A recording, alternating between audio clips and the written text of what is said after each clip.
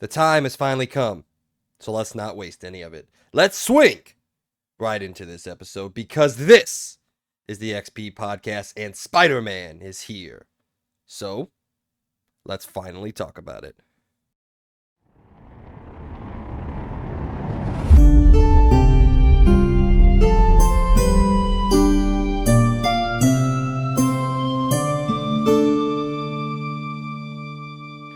Good morning, evening, or afternoon. What's up, everybody, and welcome to the XP Podcast, episode 64 for the third week of October 2023. I'm your host, Mike C., and joining me once again, as always, every time, all the time, the co-host of the XP Podcast, my friend and lover, the Birdman himself, Logan B., now in 24 frames a second, because something's going on with this camera, but we'll figure that out later, so what's up, man?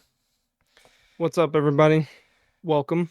Yeah, probably my camera's going a little wacky mode, but yep, we're here. It's another day at the good old XP. But yeah, we have pretty. You know, 64 episodes into this, and you still have not got your intro down. It's gonna get there. It's gonna get there. Yeah, welcome everyone. Welcome. Hat. We have a lot of exciting stuff to talk about today. I do not like this hat, man. This hat. A lot of new things too that I think we both have tried within this week, not just Spider-Man. But yeah. So other than that, I had a pretty good week. Pretty stressful week at the new job, but other than that, it was a pretty good week. Did you fuck up any backboards this week? I mean, I definitely fucked up some things this week, but we figured it out. So that's all matters. I'm learning. Good. So, but yeah, pretty good week. Busy week, very, very busy week. Every day I've gotten home this week, I've just been exhausted. But it was all worth it because we all know it came out Friday, and that was well worth it. So, but yeah, other than that, how was your week, Mike? Well, let me start off by saying, everybody out there, pay your electric bill. Let's. All right. This idiot right here. I mean, look, we're all adults here. We've all been there, right? Where you just don't want to do something and you just think that nothing bad's ever going to happen. And something bad almost happened. Luckily, it didn't. Thank God. But to tell the story in short form, I just had kind of slipped my mind, not paid my electric bill for like 2 months. And just whatever. I kept saying I'd get to it. I get around to it, which quite literally it takes 35 seconds to do it. But I never did it. So Friday, I get home from work. I'm waiting for the old UPS driver to drop off my big bad package. I'm currently taking a dump, and all of a sudden, doom, power goes out. And I'm like, shit. So I have a mini to complete and utter heart attack. Scramble. Call the power company. Luckily, they were super cool down here, and they got it back up in about 5 minutes after I paid the bill, obviously. But $668 bill, man, that was a big hit, especially with this thing coming out of the account the exact same day. So luckily, we're pretty well off. Not fantastic, but we're well off enough, so it didn't hurt too bad. But yeah, it's pretty. What? What? Let me tell you what, that was a fast joke. That was the and none of it was being picked up. I'm so mad right now. Let me tell you what though, man, that was the fastest wipe of my life, man. The speed of which I wiped my butt crack after after the power went out, man. I was hoping to God that the rest of the neighborhood's power was out too, but nope, it wasn't. My neighbors was on, across the street was on. I was like, fuck, damn it. But luckily, MLGW is super cool. So shout out to you guys out there. Shout out to Miss Cassie, the person who answered me. And I tried to sound as helpless as humanly possible because when you need something from somebody, you try to sound as helpless as you possibly can. You're just like, please help me, even though I'm an idiot and didn't pay it. But yeah, so it's back there. I'll show it off in a second. But before I show that off to the camera, I really want to shout out something that Peyton picked me up at the craft fair this weekend. It is amazing, and I'm loving it. Freeze-dried Skittles. Have you ever had these, Logan? Oh, no. These things, they just got like the middle exploded out of them. They're just freeze-dried Skittles. They are fire. Absolute fire. But you want to know the name? No, the other day, I don't know where the hell maybe it was even the other day, maybe it was like when I was in Florida, I saw stuff like that. Dude, you should There pick was some up. So like, good. freeze dried. There was. Oh no no no no! It was actually where I live now. They have a candy store here that had that kind of stuff, and they had freeze dried sour gummy worms. That was one thing they had. You Yeah. should So go how get are some. they? Dude, these That are so good. sounds weird to But me, man. That sounds so weird. the funniest thing is, right? So the name of it is Tropical Rainbow Planets. That's the name of the snack. But then Hmm. obviously they can't use the word Skittles because it's copyright. You want to know what they said? They said made with tropical shittles. They changed the K to an H. So I'm eating shittles. And they're Shittles. fantastic. But yeah, man. Super cool. But yeah, this thing back here, awesome. I got 19 inches of venom in my house now, you know. But I'll try to give it as best a close up to the camera as I can. Everything's backwards, so then you got Miles. This is really hard. Everything in my house is backwards. Spooty Man. Anyway, it's awesome. Totally worth it. I love it. Probably one of the coolest statues I've gotten in my life. I'm not gonna lie. I've got some cool Yeah. stuff behind me. I don't know if this is as cool as the Horizon Forbidden West one up there at the top right there. You see that thing is That ridiculous, thing is massive, stupid. massive, dude. But yeah, this one is definitely. I hate that everything is backwards when I do it. This one is definitely up there. So man, let's not beat around the bush. We got a lot to talk about, especially with that game. A couple of news stories. Not a really heavy news week, but we do have some things, and sure, let's have a fun episode. So let's get right into it with the question of the week. We started out each and every week. This one, nobody wants to talk to me, so no one submitted this. So it's a fun thing I like to do. I think Logan likes to do it too. We like to react to different lists here. Go through the list, see if we agree with them, see if we don't agree with them. We usually disagree in some form or another. But IGN put out their rankings of the top 10 Spider-Man games.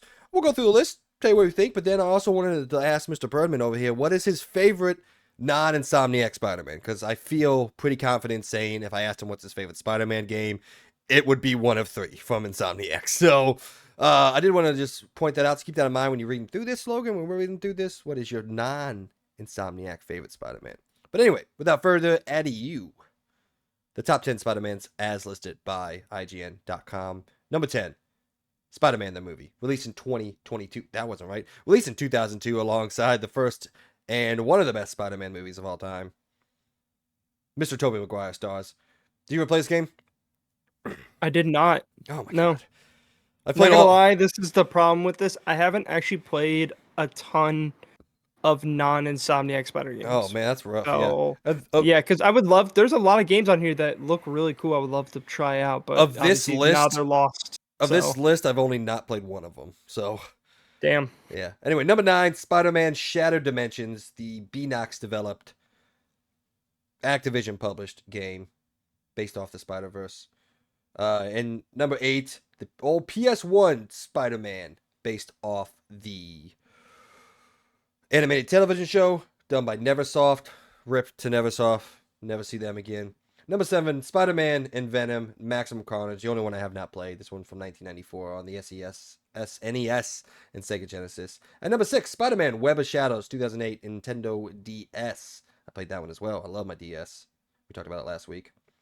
Number 5, Ultimate Spider-Man 2005 on the PS2, Xbox, and GameCube, based off the Ultimate Comics storyline, developed by Treyarch. Bet you didn't know that. Hmm. Number 4, Spider-Man 2, the movie, the original OG, the greatest movie tie-in game ever developed, still to this day, for the PS2, Xbox, and GameCube. Number 3, Marvel Spider-Man 2018 from Insomniac. Number 2, Marvel Spider-Man Miles Morales from Insomniac 2020, PS4 and 5. And then number 1, The New Boy in Town, Marvel Spider-Man 2 from Insomniac on the PS5. My only real change, obviously, I would drop out Venom and Carnage for this one because I never played it. But I still think the first Spider-Man is better than Miles Morales.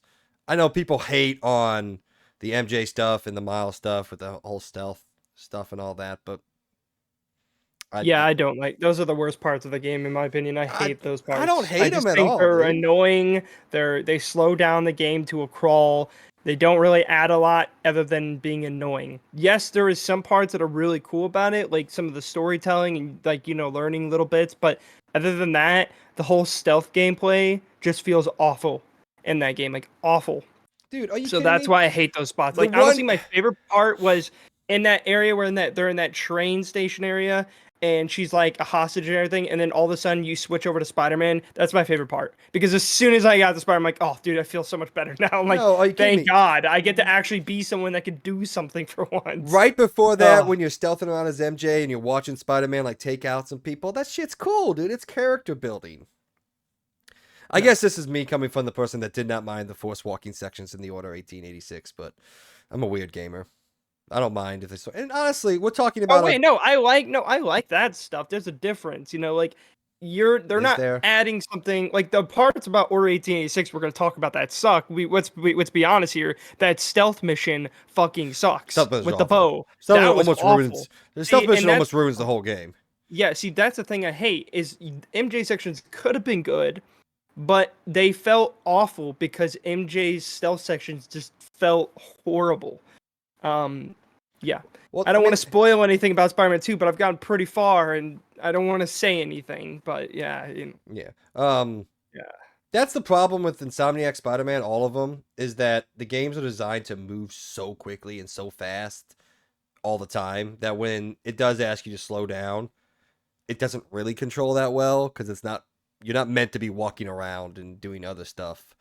But it's you're meant Cuz to I be like flying through the city pretty yeah. much.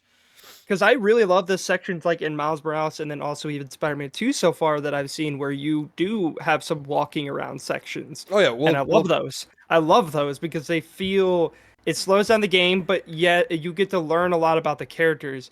And some people may not like that, and I've seen some really dumb takes that I'm gonna be excited to talk about when we get to it. I know a lot of people That who aren't like people, liking it. oh dude, it's so stupid. Well, it's just I've seen some where they're like, "Oh my God, yet again another movie game from Sony," and I'm like, What "What?" are you what are Like, you like playing? I just don't get why you're upset because they're just telling a story. Like, there's so many things you don't even have to do in this game, or you could just go straight to the point and skip over if you don't like it. But it's like, Well, you know I what you just think it's can dumb. do? Get off my fucking PlayStation and go play Call of Duty, you fucking nerd. Yeah, like I don't know. There's some dumb takes I'm gonna wait to save for when we talk about it. But yeah, I like that stuff because Yeah. I like storytelling, but also I do like a certain amount of gameplay. And I do think Spider-Man still has an insane amount of gameplay behind it. So it's not really just a whole cinematic watching game. Like everything actually is pretty much in real time. There's no really just like most of the time it's you're interacting 99% of the time, which I like. So All right, well, we're talking way too much about Spider-Man 2 too yes, quickly. yeah, I know. We have a whole point of the show dedicated to our impressions of Spider-Man, and then we got to talk about the review roundup. We got a lot of Spider-Man this episode, so but let's start. I don't know why I said let's start. We've already started. See, this is rough. I thought you would have played more Spider-Man games, but I have some. Don't okay, worry. okay. So I have some pulled let's up. just Don't go. worry. What is your? We'll talk about a couple of them that we love. What is your number one non-Insomniac Spider-Man? Because I have mine. Well, I think that's pretty easy. Yeah, That's gonna be Spider-Man 2 yeah. It's for me, but still to this day, man. Still to this day, it's the best movie tie-in game ever made. I'm gonna tell you the other one I really like, and this one's gonna throw you for a loop. This is probably one of the I probably maybe played like 3 Spider-Man games if I can think of it correctly, other than Insomniac. But one I really, really loved as a kid, and that is Spider-Man Mysterio's Menace, Oh which hell is on yeah, the man! Game Boy Advance. Yeah, And I remember I that played shit. the shit out of this game on the Game Boy Advance. I loved this game. It was so much fun. The boss fights were fantastic. The graphics again on the Game Boy Advance at the time were like fantastic, like so good. I loved this game, dude. I played the shit out of this game way back, and I just learned now it's made by Activision. Hilarious, but I love that game, man. It's like I would love to play a lot of these other games. I don't know why I never played any of these other Spider-Man games. I guess I just like never found them or really looked hard enough. Because like there's some that like I never played any of the Amazing Spider-Man games. I know some people may not like them, but I would be curious now to go back and play some of these games, or like Shattered Dimensions, or there's one that I heard that was really really good. Well, Ultimate 2 would be cool to Yeah. try out, Ultimate but Spider-Man I've is my never. second. What is it? Ultimate Spider-Man is my second favorite. Yeah, I would again. I would love to, or Edge of Time, or there's so many different things. I would love to try some of these games. I just never did. I don't know why. See, Edge of So Time, Shadow Dimension, and Web of Shadows. Those are all kind of different. Well, not Web Shadow. No, sorry, just Shadow Dimension, Edge of Time. Those are not open world games. Those are just linear level based games. But you Hmm. play as four different Spider-Mans. Well, in Shadow Dimension you play as four, and Edge of Time you play as two.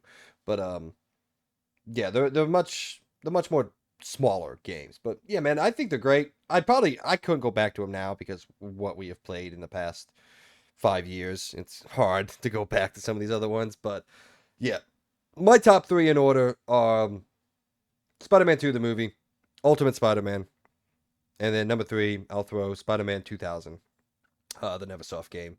Dude, that game is just the boss fights in that game are so cool. I remember playing Shocker like Really? five Huh. times, dude. OG, yeah, PlayStation game. Um, I think I actually played it on the Nintendo 64. Now that I think about it, because I played it at a buddy's house. Oh, by the way, what do you think of my new tattoo? Is it actually a tattoo, or is it that No, one thing that I'm about to it, say? I was it like, it's henna. I'm pretty sure I saw the videos of it. So Here's why you never trust anybody in your life, regardless of how much you love them or how close you are. Peyton asked me if she could put henna on my hand. I was like, sure, I don't care. So I was just sitting there. What was I watching? I was watching some surfer show. I forgot what it's called. I think it's called something summer. I don't know. It's on Netflix. But yeah. so she's doing it and whatever, and she writes her name on my knuckles. That's whatever. That's no big deal. But then she goes above and beyond and draws a dick on my pointer finger. So that's why you don't trust people out there, guys. That's why you don't trust the world. Regardless how close they are, regardless how much you love them, how much you've been through life together, someone's gonna draw a dick on your body. Yeah. That's the lesson that should be taken from this. No, but you were talking about the Amazing Spider-Man games, the movie tie-in games, and the first one, the one based off the first Andrew Garfield movie, pretty Hmm. fun. Very generic, open world, terrible graphics, fucking ugly as Yeah. shit. Also spoils the shit out of the game, and the movie, yeah, sorry, it spoils the shit out of the movie, and the game came out a week before the movie came out. So, Jeez. yeah, literally the very first scene talks about the end of the Amazing Spider-Man movie. It was rough. I don't know why they decided to release that game before the movie, but they did. So that's what we have. And then the Amazing Spider-Man 2, really fucking awful, really terrible. They tried to introduce this new web slinging mechanic where each trigger controlled your arm. So like when you were swinging, you had to go R2, L2, R2, Oh L2. yeah. And in theory, that sounds awesome. And maybe it could be with a more talented studio behind it, but the locomotion in that game was awful, dude. And it just led to you just bouncing off. Maybe I sucked at it, I don't know. But a lot of times you just bounced off walls and buildings and shit. Very unfun. But yeah, man. And I don't mention shout out to Spider-Man the movie. The first tie-in game. That was awesome. I remember fighting Green Goblin. I remember the first time you go outside and like you get to swing around a building, and I was like, holy shit, guys. And then we started getting open world games all the time, so it was amazing. But yeah, dude, Ultimate Spider-Man is awesome because that's my favorite. That's my favorite storyline comics run in Spider-Man, the original Ultimate Comics, all 124 issues of it. I've read them all. I love them all. The way it ends still makes me cry every single time, dude. The last Logan, the last page of Ultimate Comics Spider-Man is so good. Have I ever explained to you what happened? What happens in it? No. Anyway, everyone out there, full on spoiler alert. Spider-Man ends up essentially fighting to the death. A bunch of his rogues galleries. And this is like the end. So this is before Miles comes in, because Miles comes in after Spider-Man dies Huh. in the Ultimate Comics line. And he ends up dying, sacrifices himself, saves everybody, the old cliche superheroes. And the final page, you turn the page, and it's a big ass 1-page image of a big white background, so like in heaven, and a faded Uncle Ben putting his arm around suited Spider-Man, saying, "You did good, kid." And dude, it Yeah. chills every single time, man. I get emotional talking about that. What an amazing fucking end to a character, dude. That I spent years and years and years with. Like, dude, I was there reading those comics each and every week they came out, dude. It's shout out to can't remember his name. The writer. Whatever. He's really good. I can't remember his name though, because I'm dumb. But yeah, man, you did good, kid. God, fuck. So emotional, dude. I think about it all the time. But anyway, any other thing you want to shout out? Have you played? What you said you played like three of them. What are the other ones you played? Obviously, Spider-Man 2, the movie. What else you got? Um, But yeah, you would talk about Activision. Activision made most of the Spider-Man games going from 2000 up until 2000. Well, up until Insomniac took over, pretty much. I'm not sure what the other ones were, to be honest. I think the only other one, maybe I'm remembering also I played Ultimate Alliance, and I love playing Spider-Man in those games, so uh Yeah. Ultimate Alliance is awesome. Yeah. I loved playing those with that. And then yeah, I think that's about it. Isn't it I'm not sure crazy? if Isn't it crazy to think about Treyarch made Spider-Man the movie, Spider-Man the movie 2, and Spider-Man the movie 3. Treyarch made those games.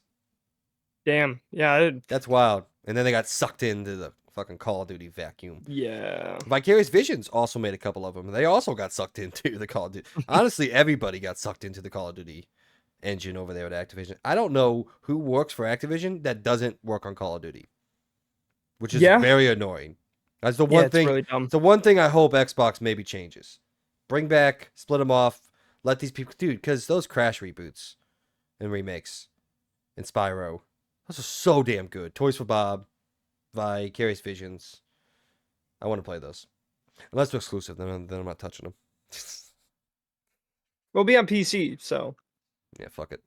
Apparently my PC can't run shit, even though I got a $450 graphics card in here, but it can't fucking do anything, dude. yeah, Forza's still acting up. It's probably my CPU. Probably not just not fast enough, but might be. it doesn't seem to be bottlenecked. But maybe it is. Well, I it don't may know. be what I was thinking the other day is some games don't utilize all the cores within inside the CPU, and it could be that too. So that might be also why. So that's why it probably won't show 100% on the CPU because it's not utilizing every bit of the cores, which is super annoying because we're in the year 2023 The year of and the there are still Lord, games that come out that do 2023. not that do not use all the cores inside your CPU. So then you get a CPU bottleneck, but in reality you're not even utilizing all of your CPU. So it's just yet again living in the life of playing games on PC. No one gives a shit. Like the people that develop games on PC are just, dude. It's annoying to say the least. Random question, getting off the gaming topic. Did you ever watch the Spider-Man animated show from like the mid to late 90s?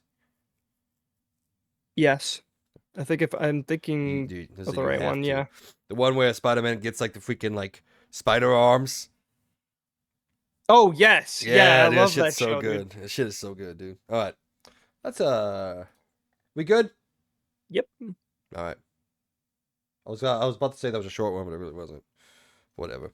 Anyway, ladies and gentlemen, if you didn't know, this is in fact the XP Podcast, our weekly video game and pop culture news podcast. Where Logan and myself sit down with y'all and talk about all the news stories and happenings inside and out of the video game world. We post a new episode each and every week, so you can listen to it whenever you want or whenever you desire, or on Mondays when it posts. You can find us on most of the popular podcasting services, including Apple Podcasts, Spotify, Google Podcasts, and more. If you enjoy what we're doing here on the XP Podcast, please go head over to our Patreon where you get to be a part of our weekly discussions and give us your opinions on everything we talk about and everything we don't. You'll also be able to find all of our uploads there along with any exclusive episodes we may post. Links for that, as always, are in the description down below, or you can simply go to patreon.com and search Experience Point spelled capital X, capital PERIENCE However, if you don't have any money to send our way, don't worry. We still love and appreciate you to listen to us and be a part of what is hopefully a growing community. You can also go over to our YouTube channel where you can get this show and all of our shows in video format. If you do, please don't forget to give us a like, share, subscribe, and hit that notification icon so you can be aware of everything we post when we eventually get around to posting it all. Well, I guess me. Anyway, new episode reminders for you. Last week's episode 63, we talked about our top 5 best looking video game consoles of all time. The new PS5 Slim and its pricing debacle with eyebrows included. We talked about some Cyberpunk sequel news and so much more. But with all that out of the way, let's get into this week's show. In our point of the show, we are giving you our initial impressions of the much anticipated Marvel Spider-Man 2. Then, in around the point, EA Motive is ramping up production on its upcoming Iron Man game. Roblox continues its tale of success with the recent PlayStation launch. Netflix once it gets its grubby hands on Grand Theft Auto and much more. Then in LTR, we dive into the reviews for this week's games. But Before we get to all that, it's time for what is and forever will be the rundown, where we catch up on all things pop culture that we've been doing, whether it be gaming, TV shows, movies, books, comics. It doesn't matter to us because we like it all and love to talk about it. So, Mr. Birdman, Spider-Man 2 excluded. What have you been doing?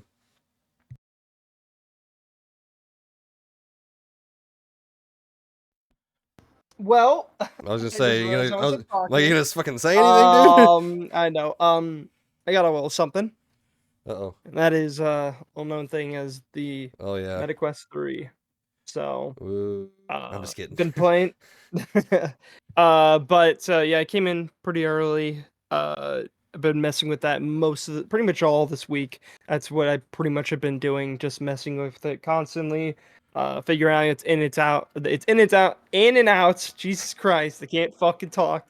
Uh, and playing some games, testing out games that have been updated for the Quest 3.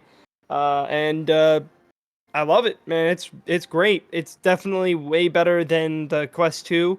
The only problem I have with it is the same problem I had with the Quest 2, and that's this fucking strap, dude. Why? Why? I mean, you spend all this money and you still make shitty straps. This one is definitely better than the Quest 2. I'll tell you that. It's I've definitely heard better. I've heard the strap's It- real bad. Like honestly, yeah, it's pathetic bad. it's it's bad. Like it's comfortable for like an hour at most. Then after about an hour, it starts to just rub into your head. Like it'll like hit like your forehead will be all like you'll feel it up here. You have to make it pretty tight to actually keep it close to your face and make it look good. It's just not good. So I already reordered a new head strap, and it's the same one I got for my Quest 2, which I have right here actually. This is my Quest 2.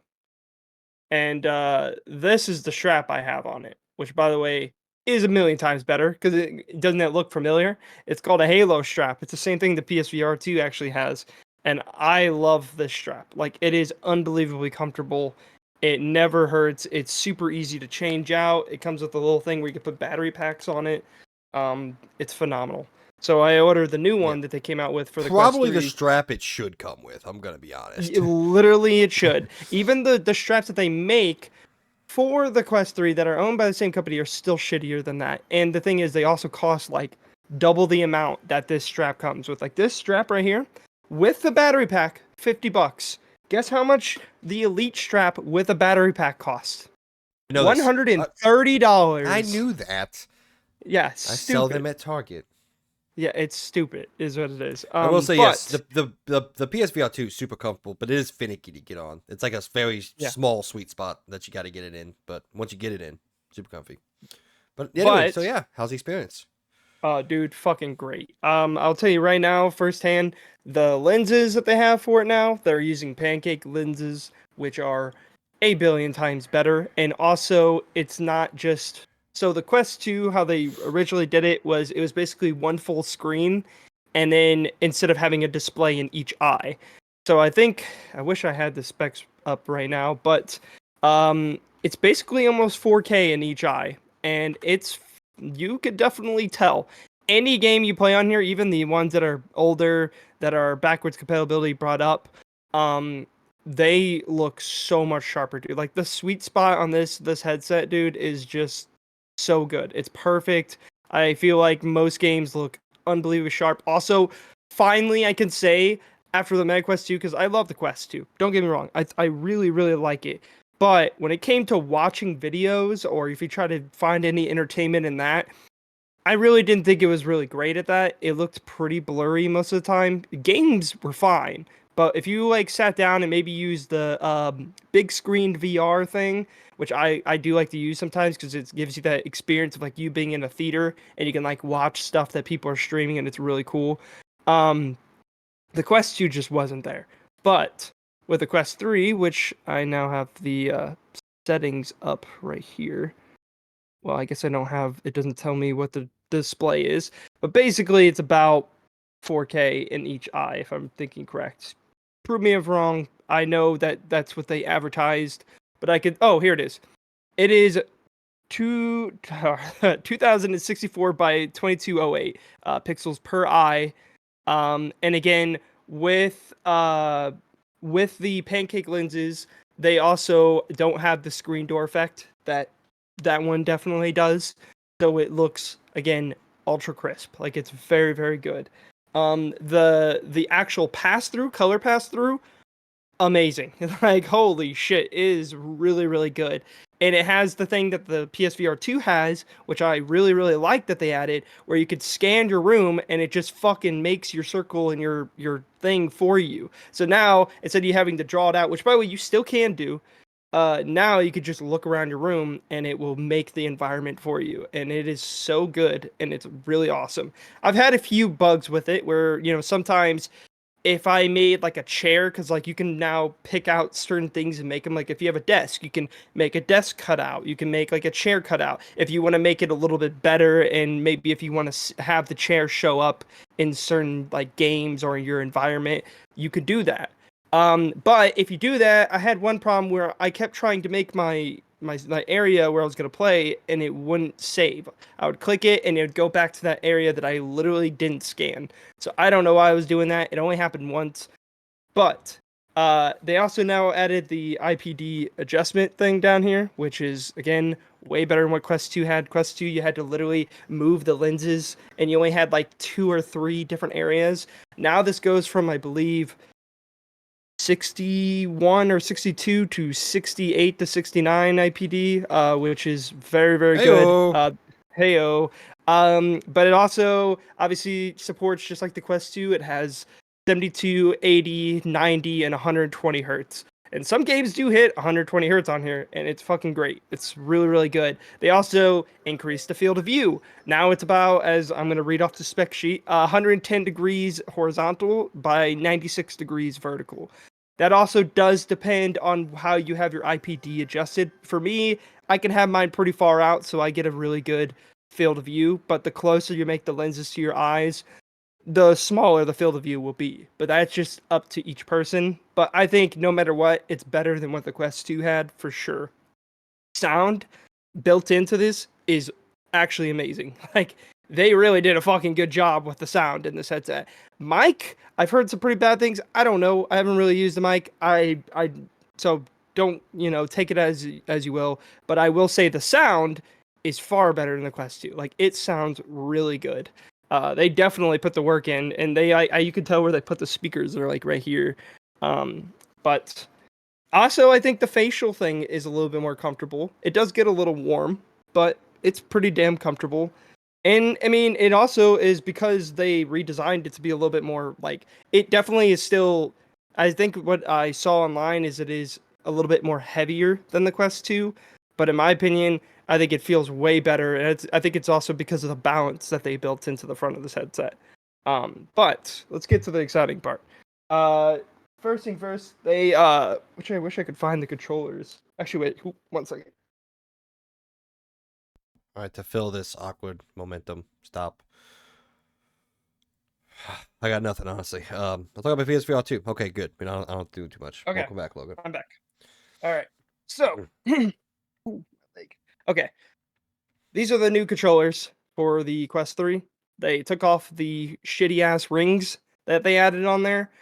But for me, everyone else is going to be different. You're probably going to really like these. I already have these bad boys, which I prefer because these are the Quest Pro controllers, and they have cameras built onto them, which I still prefer. These are still good, so I'll tell you, I have used these myself just to test them out when I first got it. They're great.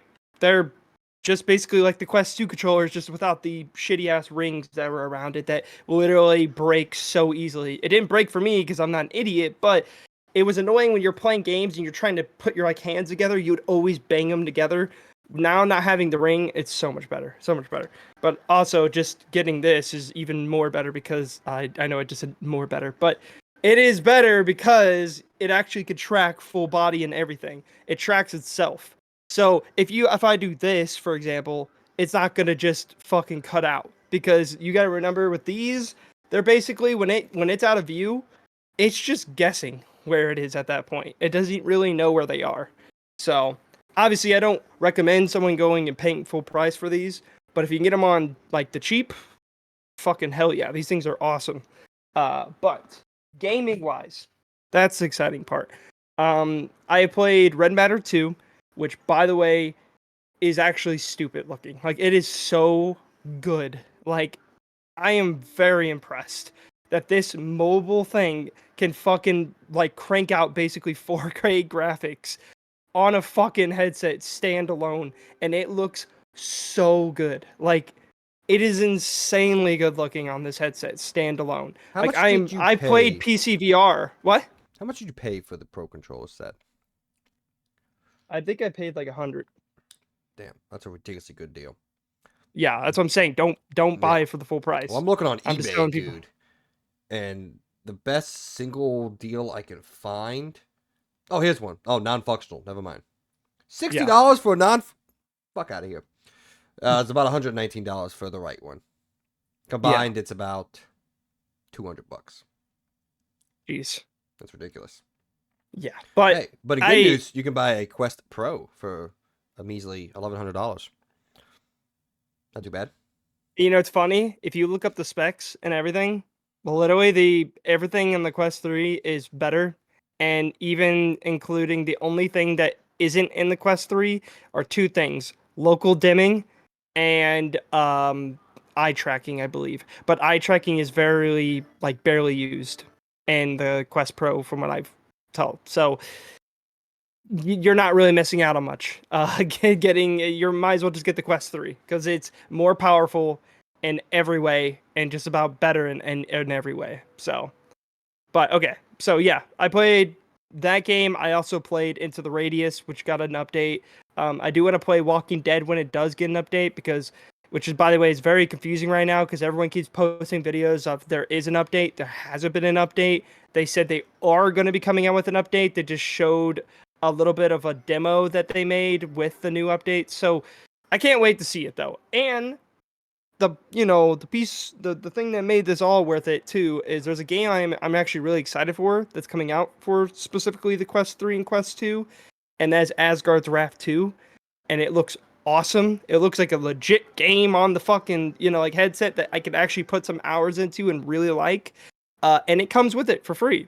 So fuck yeah. I mean, that's worth it to me. So I'm very excited for that game. But so far, phenomenal. I love it, man. It's so cool. I do want to try Demio, which is like that D&D game. I did want to test out the AR. What is it called? You know what I mean. Basically, I I do want to not, but actually that's use okay. it. I want to use the pass-through mode to where I can make my table the actual table from the game, and I can play Demio, which is like again like D&D, where I can actually see all my characters on a table right in front of me. It's pretty cool. I want to try it out. I haven't done it yet, so I'll probably update you guys that. But I didn't get a chance to do that because every day I got home, I didn't really get to play much of it. But from what I did try out this week, fantastic. And again, I think when I get the strap too, dude, it's gonna make it like a million times better. Like I could tell you even from the Quest 2 when I got this thing, it was just like a world's difference. It just feels so much better. And if you can't get it, I'll recommend it. We're obviously not sponsored by them. If you can even get it without being sold out, the Bobo VR M3 or M2. If you have a Quest 2, it's an M2. If it's the Quest 3, you get an M3. Uh, but I highly recommend it. Like, holy shit, dude. These things are amazing. So, yeah. All right. That ends my whole Quest 3 little story for this week. Don't But ask me what I'm it's doing. great. I'm just head It's cool, bobbing. man. But But I do want to play. I do want to try some PC VR on it. I haven't done that yet. I would like to try it. So hopefully sometime soon I'll try that out as well. But yeah, it's cool. I love it. I can't wait to play more games on it. I hopefully whenever I get to come down, maybe I'll bring it to show you it because yeah, dude, it's awesome. Like well, I I think it's a realized huge something. upgrade compared to the Quest 2, in You my have opinion. not been down since before I got the PSVR 2, and that was in fucking February this year. What are you I doing know. with your life, man? Come down and see I'm your friend. trying, I've been up okay? to your I'm place a trying. couple times. Yeah, but that's you. Okay, you don't come down specifically for me. You come down for your family, and you just Okay. happen to I run s- by me. do I I don't not have family up do in I Memphis not that I can spend happen. more than an evening with you? I spend multiple days, regardless of That's what I'm fair. doing.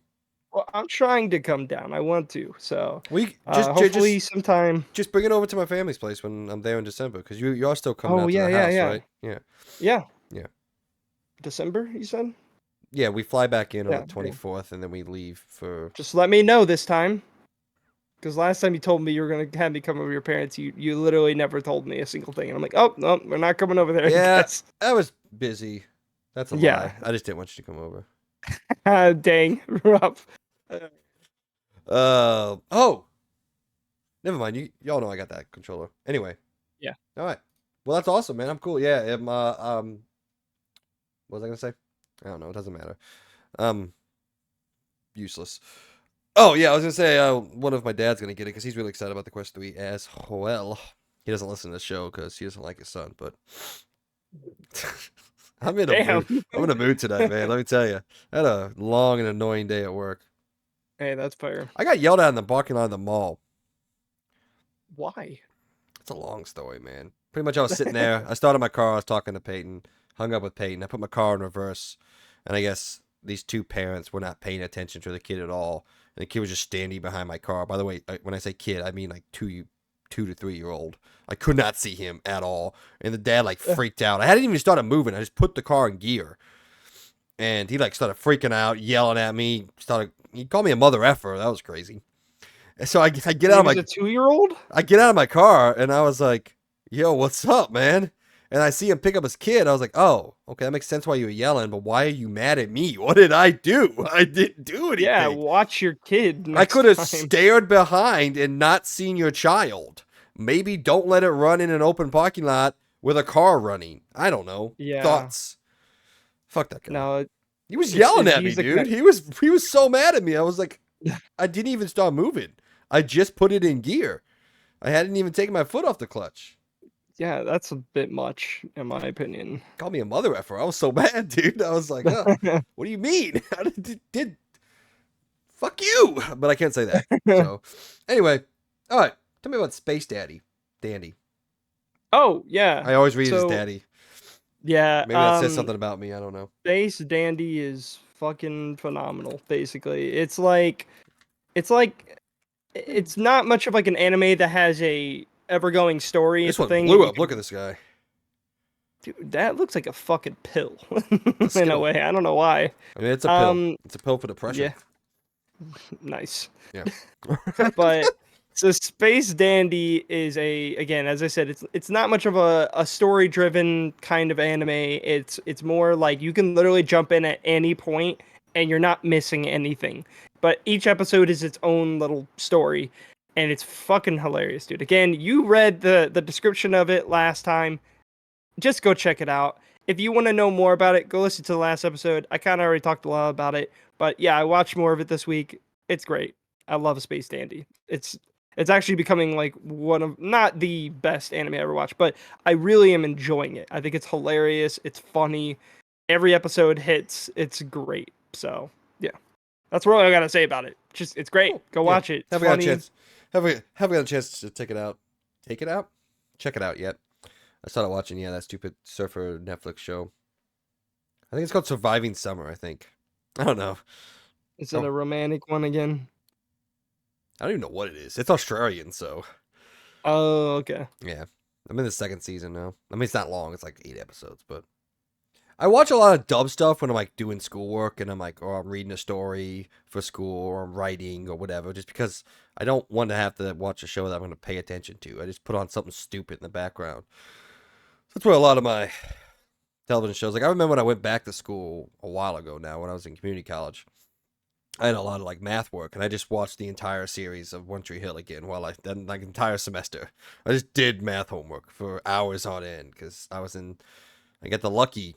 I was one of the lucky ones. I got put in advanced placement in algebra because I was good at math, and I'm like, I'm not though. Fuck off. I'm not good. Don't put me in AP algebra, you ass. But anyway, You're not gonna. Oh yeah, I you're more passed. of an English person. I always forget that. I mean, I'm really good at I'm the math. opposite. I'm really good at math when I'm in a math class, but outside when I'm not in school, not a clue. You can ask me what x squared equals v means. I have no fucking clue. All right, you done for the week?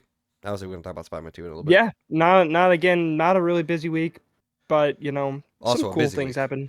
Spider-Man 2 will be more of something I have a lot Well, more yeah, to say obviously, about. but So, we're holding that off for pots, not pot, not like smoking pots, as in point of the show. Anywho, an update finally came out for Forza Motorsport. Super excited. Hop back in. I'm like, oh, did they fix it? No, nope. this game still confuses the shit out of me. You know what they did fix recently? Let's talk about it. Uh-oh. Have you heard of Redfall? Remember that game? Oh yeah, Oh yeah. man, I watched. they fixed it.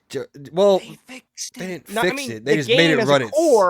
as a core, it isn't fixed. Still But sucks. performance, Yeah, and I guess they added some more events. That's fixed. yeah. Holy crap. They finally fixed it. I think this was fixed last week, but it's actually really funny that you brought that up because I'm like, oh my God, yeah, I forgot. We don't need to talk much about it, but I just wanted to say if you haven't tried Redfall yet, I guess if you're even semi interested in it, it is fixed now and it has a 60 FPS mode on. I was just saying, it's not fixed. There you The go. game still sucks, but it runs at 60 frames now. As a core game, it sucks. Yeah. They can't really fix it. Unless they do a cyberpunk fucking thing, but still, I don't even think that would fix it because the story is awful. But performance, and I think supposedly from what I heard, the gameplay is a little bit more smoother now, so that is fixed. So there you go. Yeah, I All watched. right, go on with No, Forza. you're good. I just wanted to throw that out there because I thought that was hilarious. I watched Jack. I think his name's Jack Frags. I don't know. I watched him. He's on my. Oh yeah, recommended. Jack Frags. Yeah. Yeah, I watched him play through it, and I think he ran from end to end, and he ran into 5 groupings of enemies instead of the first time he did. He ran into 2. So I guess technically it's Big difference. Yeah, so it's more than double. Yeah. That's so pathetic, dude. Like what? Again, Who designs a game like that? Well, I think they designed it because they didn't want to design it. That's true. So they're like, I think that was their kind of way of saying, "Hey, fuck you. We're not making this multiplayer game. We're gonna make a shitty game." Right. But anyway, they yeah, also made themselves Forza. bad, So I booted it up. Was really excited. Going to my first race, 42 frames a second. I was like, okay, well, that's not That's good. better. I'm just kidding. No, it's actually worse. I know. So I was like, okay, well, let me change a couple settings. And for some reason, I learned that when you apply settings in game, they don't. There's like a 50-50 shot that they apply properly, so you have to full restart to get them to 100% apply. That's fun. So I was like, I changed a couple settings, no change at all, not a single change. And I was like, okay, so let me full restart. Came back up. By the way, when I say change settings, I say I lowered things. I did not increase anything. I lowered things. So did a full restart, brought it back up. Guess how many frames per second I got? How much? 39. Went down by 3. Ooh, it's I getting was better. like, I don't know what's happening. I'm over here. I'm like, dude, I feel like I'm a noob. Like, I don't understand this game's engine and what is going on with its communication with my hardware. Because I keep running benchmarks, and it's like, yeah, benchmarks good, solid. I'm like, no, it's fucking not. But anyway, so. Oh my God. But eventually, after a couple resets and pauses, I cranked the settings back up to higher than what I initially got, and it was running at 62. So, there you go. I do not understand this video game at all. I have no clue what's going on. And from what I hear, it's pretty bad across the board in terms of PC performance. It's just not running well. I mean, that's the news for just about every game that's been coming out recently. Every game ever. All right. Yeah. So that was a 2-hour exercise in testing my fucking patience. But anyway, all right. Assassin's Creed Mirage, talked about it pretty long actually. I was listening to our last episode. I'm like, man, I had a lot to say about that. My opinions didn't really change per se, other than the fact that you beat it. Well, yeah, I beat it. Yeah, I platinumed it and all that. Yeah, so, but man, let me tell you what. I complained about the story. I don't really complain. I just said it's not really that great. It has, I don't know, every once in a while it has something interesting to say. But then the ending happened. And I'm pretty sure they thought they were revealing stuff and telling things. And maybe I'm stupid, which I am, but I'm pretty knowledgeable when it comes to narratives. I have no clue what they revealed or said or what the point of that ending was. There was this cutscene and there was this stuff happening and it ended. And if I did not have any knowledge of who Basim was and the importance of his character through the lens of Valhalla, I would have no clue why this character was important if I just played Mirage. So, don't know. Like I said, it got through the game And the credits rolling, and I turn to Peyton, and I'm like, I'm pretty sure they thought they just told me something, but I don't know what they told me. So it was anyway. I still think Mirage is at the baseline a good game, a good video game, good to maybe great if you can ignore story problems. If you care about old school Assassin's Creed gameplay, this is probably the best we're gonna get for a long time. But I'm gonna stand by my rating from last week. I'm gonna give it a B. It's a low B now instead of just a BB. It's a low Good. B now. So just because that story, man, I thought the ending would bring it together and it would link up to like what happened in Valhalla and who Bassam actually is. And I guess it does if you do a deep dive into like Norse mythology and you understand what they're saying, but that shouldn't be required to enjoy a video game story. But anyway, yes, Platinum's done. Took me just under 30 hours. Ubisoft says 32 hours. PlayStation says 35 hours. The game clock says 29 hours and 58 minutes. So we'll just say 30 hours. Like, we'll just go with the Me in the baseline. middle. Yeah. 30 hours it took me to platinum the game. I finished the game about 24 hours, and that was doing a lot of the stuff. So, like I said, you could brisk through this game in 15, on anything between 15 and 20, pretty significantly. And I think it's a fun, enjoyable game for those 15 to 20 hours. And I really did enjoy the platinum journey. It was fun. Pretty easy platinum. Essentially, it just tasks you with doing and finding everything. That's literally all it does. It's like there's a map. You 100% the map.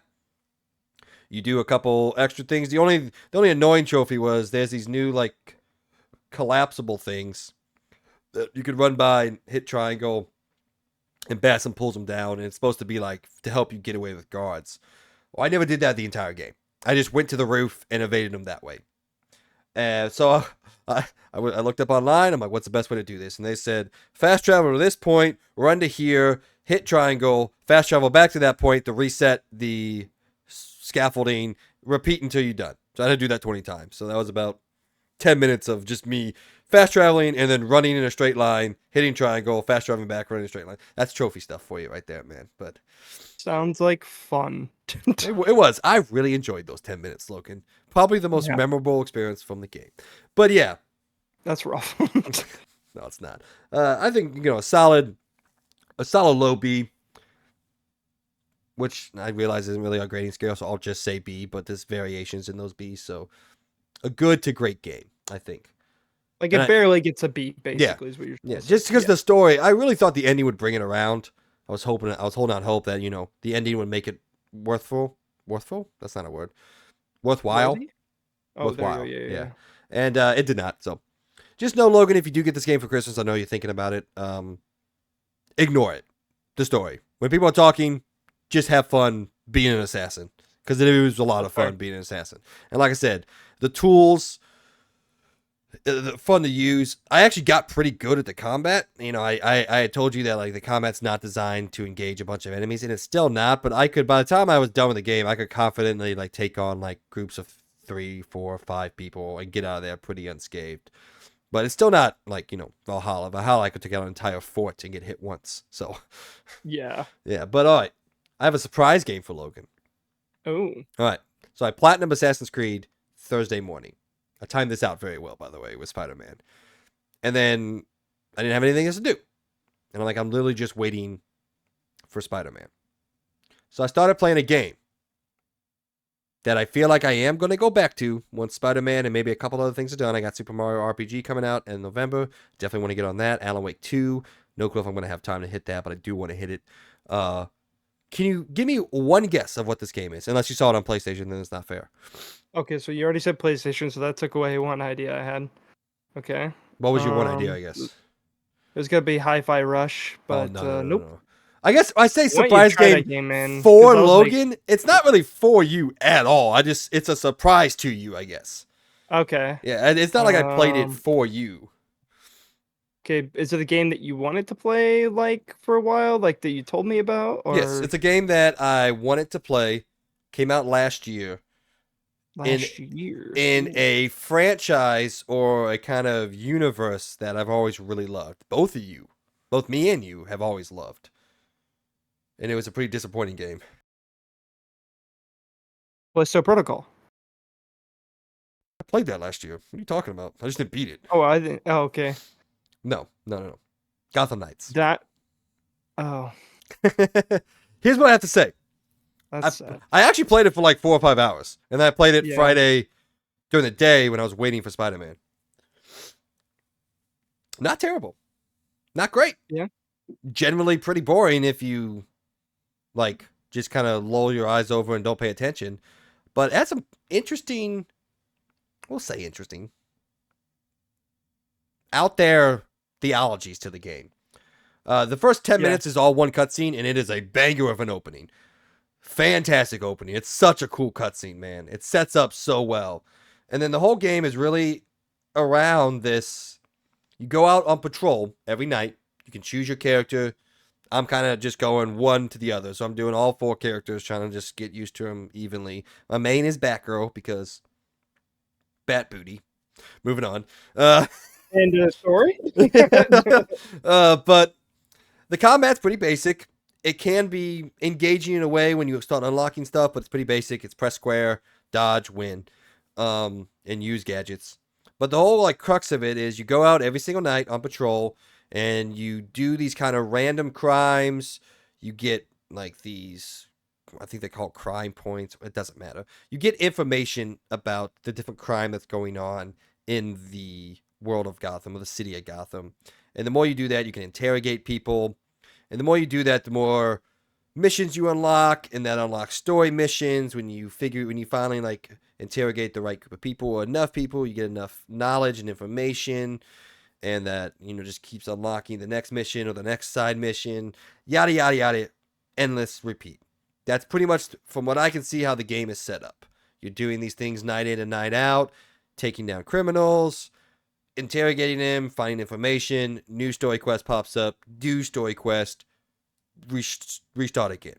Which is, I think, an interesting idea for a superhero game, especially a Gotham superhero game. But I can see how people say, to 40 hours, it gets a little boring. And I'm being hyperbolic there. It gets very boring. My eyes were even starting to kind of glaze over because I stayed out really long for like one night session. I think I was out for like an hour and a half, and I'm like, dude, I've literally been doing random crimes for an hour. Now, I will say the Bat bike is awful. It's so Yeah. slow. I have I no heard clue why basically it's so gliding slow. around is the best way to get Well, around. I haven't.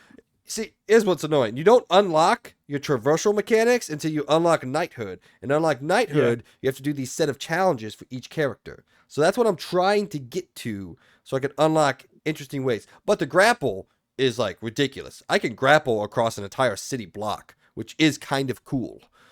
And then you can point launch from it and do the superhero Batman stuff we've always done. So I think if I were to take the first 5 hours and put a score on it, like a number score, not one of our scores, it'd be like a solid 7, 6.5, 7. Above average to maybe a good game if the story's really good. And I do hear the story's not too terrible because this is the same people who did Arkham Origins, and Arkham Origins is the ifto facto best story in the Arkham saga. So that's what I have to say on that. And for what it's worth, the 30 frames isn't terrible. The frame pacing, they fixed a lot since launch, and it doesn't feel awful. Doesn't necessarily feel good, but it doesn't feel awful. So that's what I have to say on Gotham Knights. I think it's good enough, and I enjoyed enough of my 5 hours that I will go back to it. I will I'm play surprised it. you're playing it, especially since it's 30 FPS too. Well, that's what I was just saying. Like, it's not awful. See, here's the thing. If the frame pacing of a game is good at 30 frames, it doesn't feel as choppy as 30 frames should feel. And that's what the big thing was at launch, is the frame pacing was terrible. It was all over the place. You turn off motion blur as well? I didn't fucking mess with anything, dude. I didn't really care. I was just getting into it just to see Oh, what I it was gonna like, say, so. if you really want to, that also usually kind of helps too. Is I will say turning off motion blur. it's not pretty, which pisses me off that it's only Yeah. 30 frames a second. I'm gonna be honest. I really expected them to have 60 frames by now, but just apparently they can't do it. I have no clue why. They're like, co-op ruins everything. It's like, okay, we'll make the single player 60 frames, and then when you join the co-op mission, is that some Bud Light, huh? What you got there? A little Bud Light? Oh, not Bud Light. Mountain Dew. That's not the Yeah, I'm zero. not. I'm not a fucking basic bitch. I'm not drinking no Bud Light. I mean, you're wearing I a know. I just offended You're half wearing a of Patagonia Missouri. hat, so why don't you get off that fucking high horse, No, bro? I won't. Okay, if I'm gonna be wearing a Patagonia hat, then I'm gonna be fucking drinking some Voodoo Ranger. Oh my god. Dude, that's more Anyway, like it. yeah. So, all right. Well, that's the stuff that doesn't matter for this week, which we spent way too much time on. So let's get into this one thing that does matter, ladies and gentlemen. It is Spider-Man week after all. It's Spider-Man time. I'll be honest. It's kind of cool to see everybody's playing this. It's all over TikTok. It's a big game for Sony. We knew it was going to be a big game for Sony. So Dude, before we honestly, this year has just been filled with like weeks ridiculous. to months of that, dude, which I love, dude, because it So- kind of just brings me back to last year with Elden Ring, with how big it was. Like every new game has been kind of like that this year, which You has want to been know what I really thought good. about the other day? Because I'm starting to think about kind of game of the year and what we're gonna do for it on the show first and foremost, but also just kind of how it's gonna go. You want to hear something crazy? What? Hogwarts Legacy came out this year No, I know. That's what I literally keep in thinking that like, February. every month I'll think back and I'm like, Hogwarts Legacy came out this year. Like, what the I'm not fuck? gonna lie, that feels like that came out 3 years ago. Like, yeah, it feels like the it's sequel should forever be out ago. by now. Dude, this year has just been insane to the point where it feels like we've been like this year has been going on for years. Yeah, Like that's how long and I it's think felt like. we talked about it on a comeback episode, but I feel like it's a little too much this year. There's too many things. I wish it would have been spaced out a little bit more. It's just my own personal opinion. I got dragged down. Granted, I'm doing a lot with work and school and game and the podcast. I'm doing a lot. You know, cry on me, first world problems, but it does feel like a lot. All right, before we dive into the good, the bad, the ugly, which I don't have anything ugly. I do have a couple bads, but I have a lot of good, obviously. How much time you put into it? Where are you at in the game? I got all my information. I queued it all up before we got on here, so I haven't had too much time to play it on the app. All right, well, I played a lot of it, but I couldn't tell you. Can I see on the app how long I played? I don't think so, no. It's God. annoying. Okay, well, I'm going to assume 10 to 12 hours. Okay, I'm just going to throw out that number. Maybe more. I don't know how long. I'm going to say 10 to 12. I'm pretty decently into the game. I've been taking my time, though I have the problem where I remember the first time you gave me the PS5 controller and I played Miles Morales, I had a problem where my brain is so focused on the main mission marker when I'm zipping around that I just go straight to it all the time. And even though like I'll like, okay, I open up the app, I look at a side quest. I'm like, okay, I need to go do the side quest. My brain just goes, oh, there's a flashing yellow dot over there. Let me zip there. And I'm like, I always think that's the mission like that I just chose, but no, that's not how it works. If you choose a side mission, you get a specific icon for that side mission. You need to go to that icon. But my brain says, yellow flashing marker. Go there. I'm like, okay. So there has been so many times already in this game where I accidentally go to the main mission when I'm trying to do side quests. It's nothing against the game. It's not its fault. It's and my you can't go back. brain The moment you get to the area, it starts. Yeah, because after you get there, it starts. Like there's no quitting it. You're in it for the long run. So I feel like I'm gonna accidentally beat this game too quickly when I'm not trying to do that. Like, I'm actually really enjoying everything else. But okay, so yeah. Well, I'll let you go first, and then I'll go and say mine because I guess I've been playing it a little bit longer than you, I would assume. Well, so PlayStation tells me 10 hours. I am. So I'm gonna probably say I'm even more than that. Yeah, I don't probably. know. I think you're more because you played. Because I passed you last night because I look at trophies and I compare our progress and all that to see what you're doing in the game versus what I'm doing in the Look this game. up while we're doing this. I have realized that I do a lot more of the side stuff than you do, like a lot more when I'm playing. But PlayStation tells me I'm 44% through with the story. I have 12 out of 36 main missions done. So, in about 10 or so hours of playtime, if you believe PlayStation. Who the hell knows if that's right? Because I used to be confident in it, not very confident anymore because this thing said I played Assassin's Creed for 35 hours. So, don't know what's going on there. But I guess while you're loking it up, hey, we'll loke it up over there, Logan. Loking it up. Yeah. Let's see. You don't have to go into the game. Oh, yeah, you do. To the right. It says I've only played 12 hours. Okay. So. Well, if you go into the game, it'll like show you how many main missions you've done. I'm gonna look at it right what does now. it say your Let's see what game it's progress is?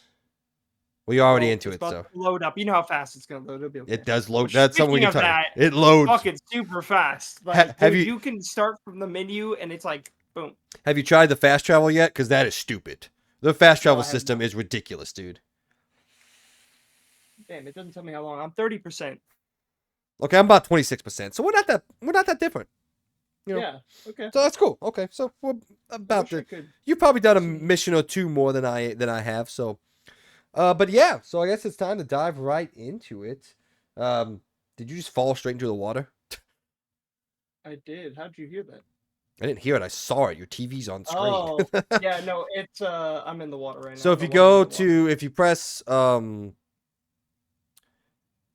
shit, what is it? Press the touchpad. Yep. Go over the missions. It should tell you how many missions you've done in the main missions. Where do? Oh, 17 to 31. It should say 36. Say 31?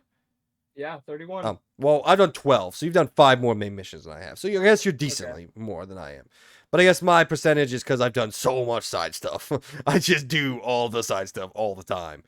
I didn't Um, even know this existed, this thing, so this is gonna make things a little bit better. Yeah, I want to go and start doing more of the side quests, which I have been doing a lot today. Again, I told you my problem is not that I'm trying to beat this game too quickly. I quit just playing the keep game. We're going doing to the the main podcast. quest. We can play the game after the I know. podcast is I'm over. quitting. I'm quitting. Don't worry. I'm just trying to.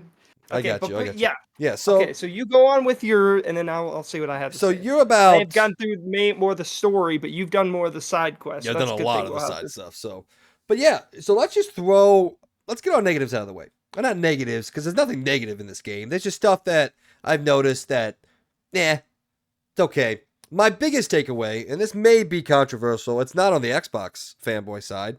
It's not controversial over there. They're in unison over there on Xbox Talk, X Talk. I'm calling it X Talk. All right, Jesus Christ. X Talk. Xbox. What happened with the facial animation in this game? What do you mean? Like when they're out of the suit and you're Peter, MJ, and I'll just say the other one to avoid spoilers.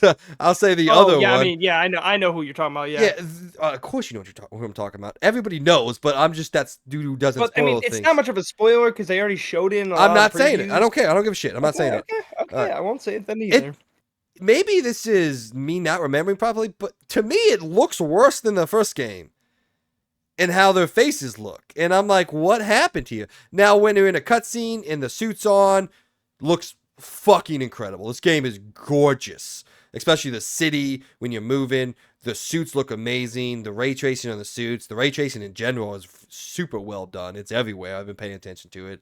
But yeah, when they're like out of the suits and there are more like human aspects of this game, to me it looks weird. It doesn't look good. Maybe I'm misremembering the first game and everything looks better through rose tinted glasses and like you're remembering of things, but I don't know. I'm just thinking back on like the final scene of the first game and like how amazing that looked. And Yeah, it just doesn't look that great in game when you're not in the suit, in my opinion. hmm. At least the people. Like the cities looks the exact same. But that is my biggest takeaway. Like I keep looking at it and I'm like, dude, Peter doesn't first of all, I love Insomniac. You're probably now my number one developer, maybe Santa Monica Studios, but why'd you change my man? I still don't love the new Peter. My Peter is the first Peter. No, I know. I Yeah, agree. I got so enamored with him, and like I can't get on board with this tweeny bopper we got here, man. Like he's cute, I guess, as like a baseline character, but I thought the other guy looked more like an adult Peter would look. This guy looks like he put on his underwear for the first time yesterday. Yeah, I don't know. But that's an argument we should have had 2 years ago. So 3 years ago at this point now. But yeah, that's my biggest thing. It's like I just there's something weird about it. I don't love the way it looks out of suit. Like I said, in suit when you're looking at the Spider-Man in the suit, and Miles, Peter, dude, they're beautiful, absolutely beautiful. Why are you blinking so much? My eye contact. Contacts. Yeah, Yeah, yeah, sorry. I got you. But and then my only other kind of takeaway, I've ran into a couple, we'll say hiccups of bugs. One that lasted real short. Oh, I have so many to tell you about. Really, I've only ran into really Yeah, two big ones, and I've one. run into a couple big ones, No, but okay, that's interesting. Yeah, the only ones I have so is when again, we're avoiding all sorts of spoilers here. Don't worry, guys. When you're in the school, Yes. yeah, he jumps up onto the roof and his shirt freaked out, and it was like, Yes. okay, the same Yeah, thing I happened saw to that you. too. Okay, Yes. okay, yeah, okay. That's So actually one I almost forgot about. So actually, yeah, it's a good thing you brought that up because yeah, I so noticed that too. Actually, with anything that is like that, for example, like the deluxe edition, or I guess maybe it was a pre-order suit you get with the cape. Man, the cape is all fucky. I is don't it? know what they I, do. It is I not haven't, right. I haven't put those on because I don't like the way they look. So I like the way they look a lot, and I still wear them. But man, yeah, they get a little wacky sometimes, to say the least. You can definitely tell they didn't like. Obviously, the game isn't designed for capes, and the fact is they put these skins in there so like people are gonna use them, like myself. And yeah, the capes are kind of all wacky. okay. They're a little weird. I change my suits a lot, so Oh, I but changed my I have suits. been really, really liking those suits quite a bit. I don't know why. I know it's weird to see I just like the joke with Into the Spider-Verse, who like Spider-Man doesn't wear a cape, but hey, it looks kind of cool to me. I don't know. I like the cape. It looks No, cool. I So change suits pretty much every like 5 minutes in the game. I'm always yeah, switching every suits time around. there's a new suit, I switch to that. Yeah. I want to get it. Now I So will say whenever I go into the main missions, I am basic suits all the way, just because I love the way they look in cutscenes and all that. So like when yeah. I'm going to a main mission, I'm wearing Miles' suit and I'm wearing Peter's suit. I don't wear any special suits or anything like that. I do have to say I've been kind of surprised by some of the inclusions that we've gotten so far. I'm level 21. Yeah, I'm level 21.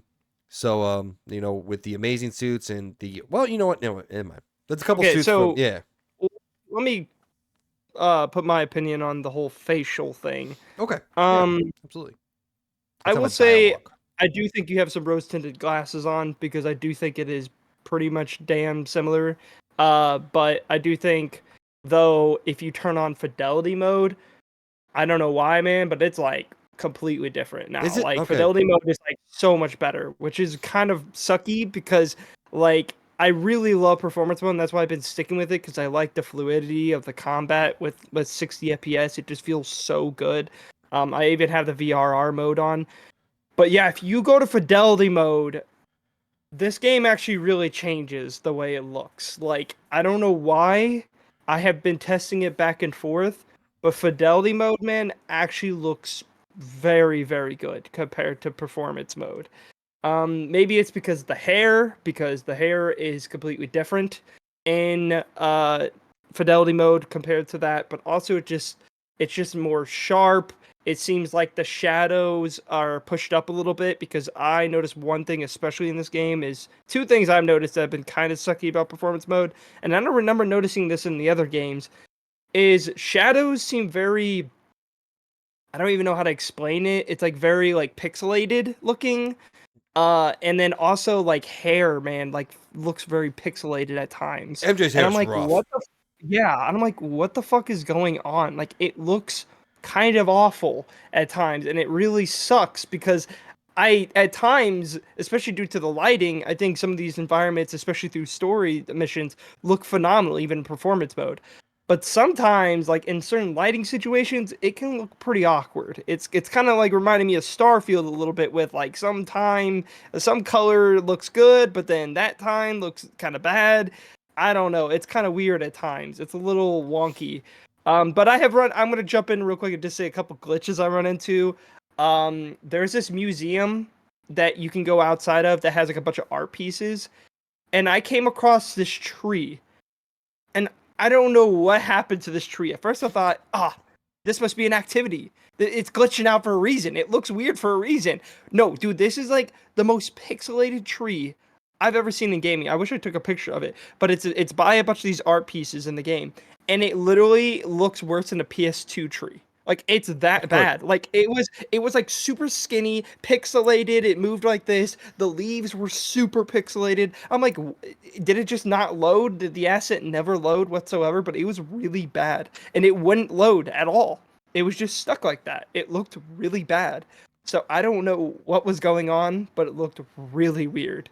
Um, I've had one glitch where it's towards the beginning of the game where you're chasing a boat, and basically I fucking just like went through the boat and went through the map and died.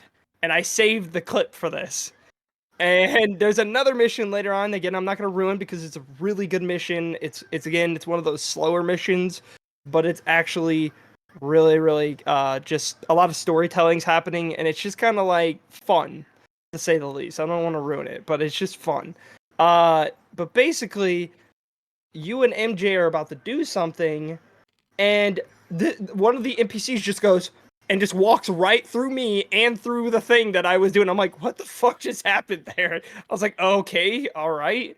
Yeah, and I had a few that I've also had a few times where I was going zipping around the city and I noticed some pretty heavy frame drops. And it's kind of weird. It doesn't happen a lot, but I've had it happen to me twice now where I was just going through the city and it just felt like it dropped down to like 30 FPS. It felt very weird, which I didn't see that in any of the other reviews. So maybe I'm just seeing weird shit. Maybe it's because I'm playing the game for too long and I don't know. But it just seems like I've run into a couple frame drops. Not horrible, but I definitely run into a few ones like that. But yeah, other than that, I mean, that's pretty much the most glitch wise I've run Yeah. into. It hasn't been like awful. It's just I have run into more glitches than I ever remember seeing in any other Insomniac game. Yeah. I'll tell you And that. So, I have my own. Wow, my mouth is blue. holy shit, yeah. What the fuck? All right, no more Skittles for the rest of the podcast.